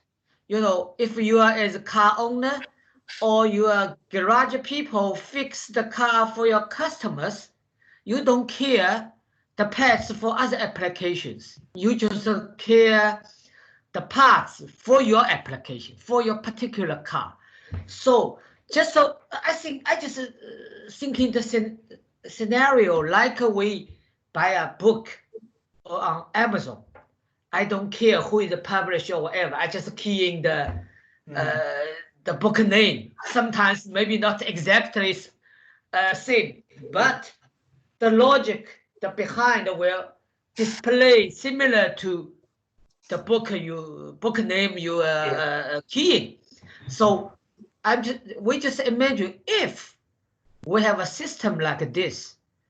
So you just keying your VIN number, vehicle identification number, or you scan your VIN number of your car, then key the parts name. Yeah. Then the system will pop up exactly the parts you want. Yeah, absolutely. You know? So even parts may be foreign and rare. That's all. You know, or which brand you like. So if the system can be like this, it's really, really high efficient. So currently cataloging maybe not relevant to repair shop. Yeah. It's not necessary. You know, they do not have a time to look at the Bosch, TRW, RTE. No. So should it be like this? This will really improve the efficiency. This is one thing. The other logistics. Imagine Uber Eats. You know, they are not a restaurant. They are not a food service guy. They just deliver the goods. So if the third party, this kind of logistics is coming, of course you have like a milk run. This is for regular one. If for emergency order, if for is very quickly received. So this kind of service available, then can really cover this kind of emergency order. So the e-commerce will be totally different. So especially in China, now there is some data supplier, some third party, they already provide this kind of service. So you just key in the VIN number, you can find all the information you want. Yeah. So Mike, it sounds like of opportunities and advantages for going the digitization. Okay, no, thank you for sharing those insights.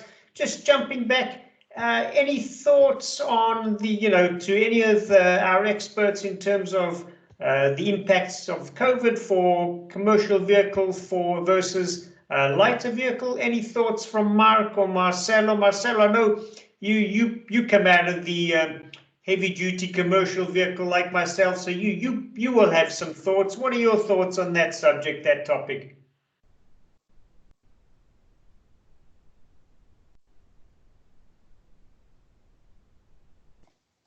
Hi, Marcelo, are you still with us? If you're still with us. Just turning my stuff on. Perfect. To not annoy people. And it's interesting because when you go for the commercial side of our aftermarket business, we are much more closer to the service itself. I mean, to repair trucks, to repair buses. And this is what is happening in the region. So all the companies involved with the services are working normally. So government is keeping it working. And I don't see a big change. I mean, 30 to 40% reduction on the buses on the streets, and this is in general for the region, but they still need to be working. So commercial will suffer, and let's say you suffer the same, but not exactly on the same amount.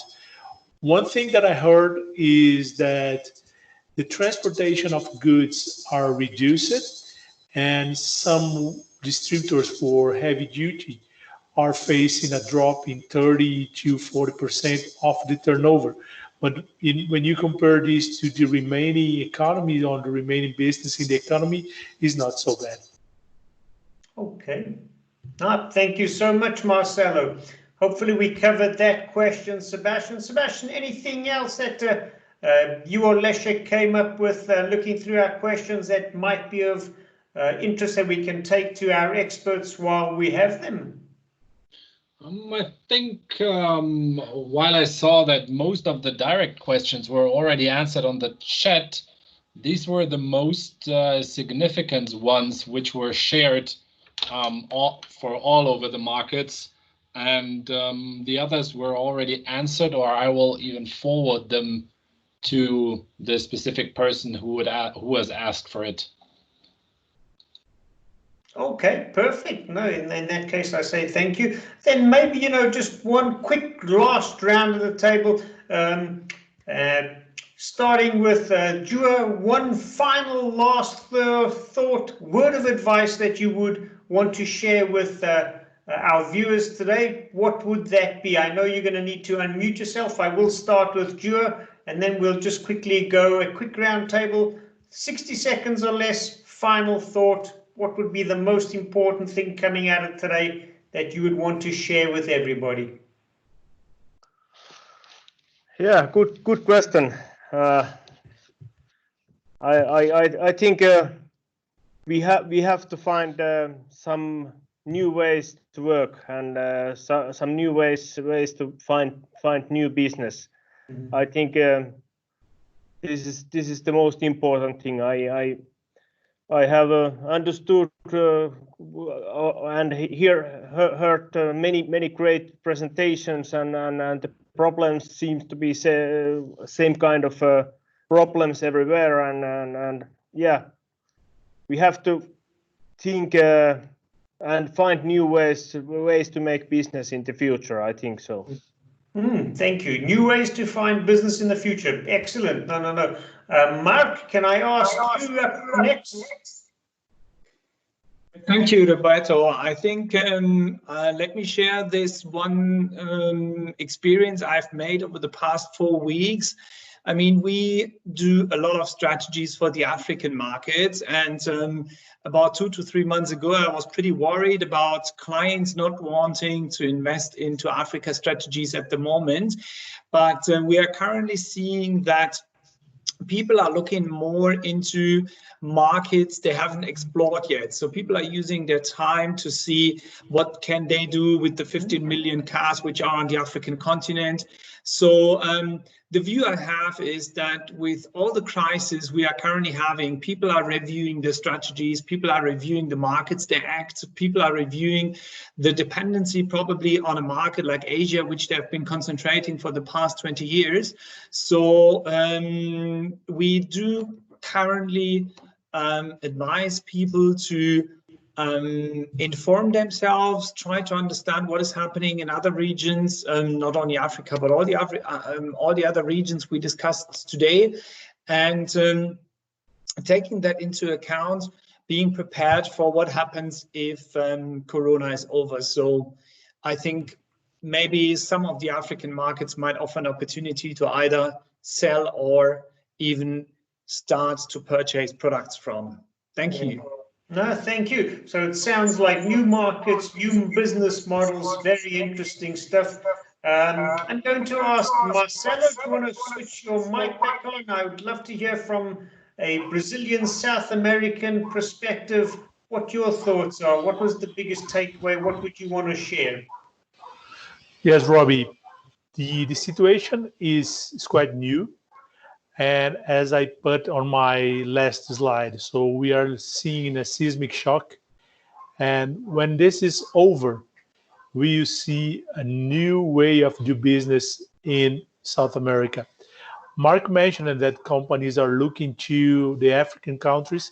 They are looking for Latin American countries as well, since they realize the mature markets are somehow empty or somehow they reach the top. But what I can see and what I can inform and maybe give some orientation to people is this is not an easy market. Maybe it's the same in Africa, and you need to have a very good footprint and a very good legacy to work on. So this is not like, okay, this is an empty space in the map, I need to put my star on it or my pin on the map. So this will require a lot of work, and this will be a very competitive market when this comes to the end. Interesting. No, thank you so much, Marcelo. I'm just going to quickly go back to Mike. Mike, do you want to switch your mic on? Literally 60 seconds, 30 seconds, and then I want to give the last word to Zoran. So, Mike, what would you like to give the greatest takeaway for everyone this afternoon? So, e-commerce, digitalization. I like it. That's very precise. E-commerce digitalization. Thank you so much. Zoran, I hand over the last word to you. You know, what do you see as the biggest thing that we should all be aware of, focusing on, biggest takeaway from today?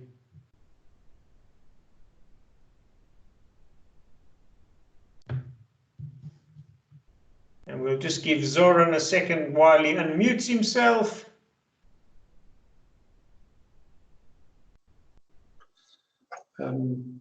What we can see here from all presentations everywhere it's nothing new. It is the situation what we face in our other areas. But it will be a challenge in all markets worldwide. This situation, it was never up to now.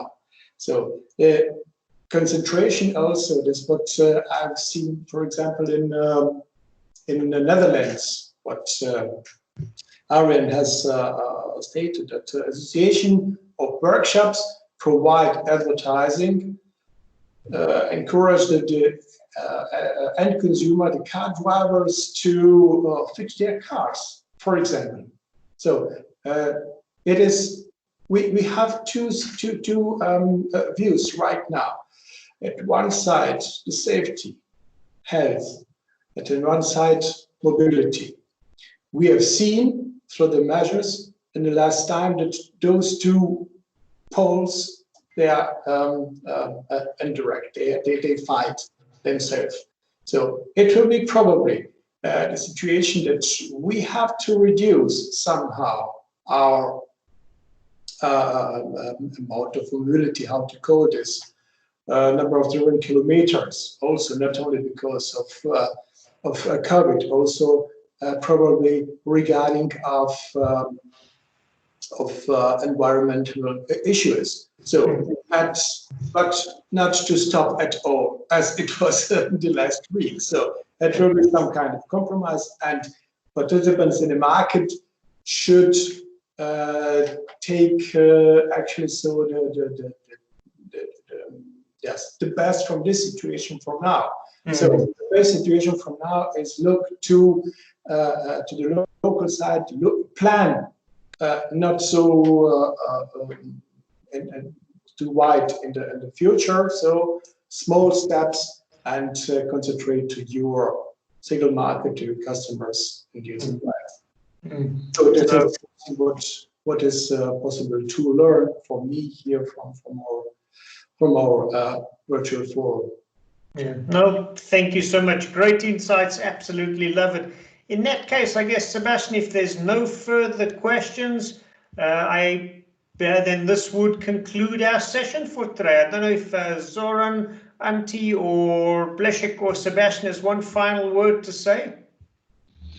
Yeah, thanks from my side. Thank you, Robbie, for being our host, for leading us to this very valuable event, and thanks to all our speakers and to all our participants to being with us today. And yeah, we are really looking forward to having this event in around 6 weeks again, and then see how has the situation for all of us in automotive aftermarket business changed, and how can we learn the next things out of this crisis for increasing efficiency and dynamics in our industry, and looking forward to a more powerful situation after the crisis.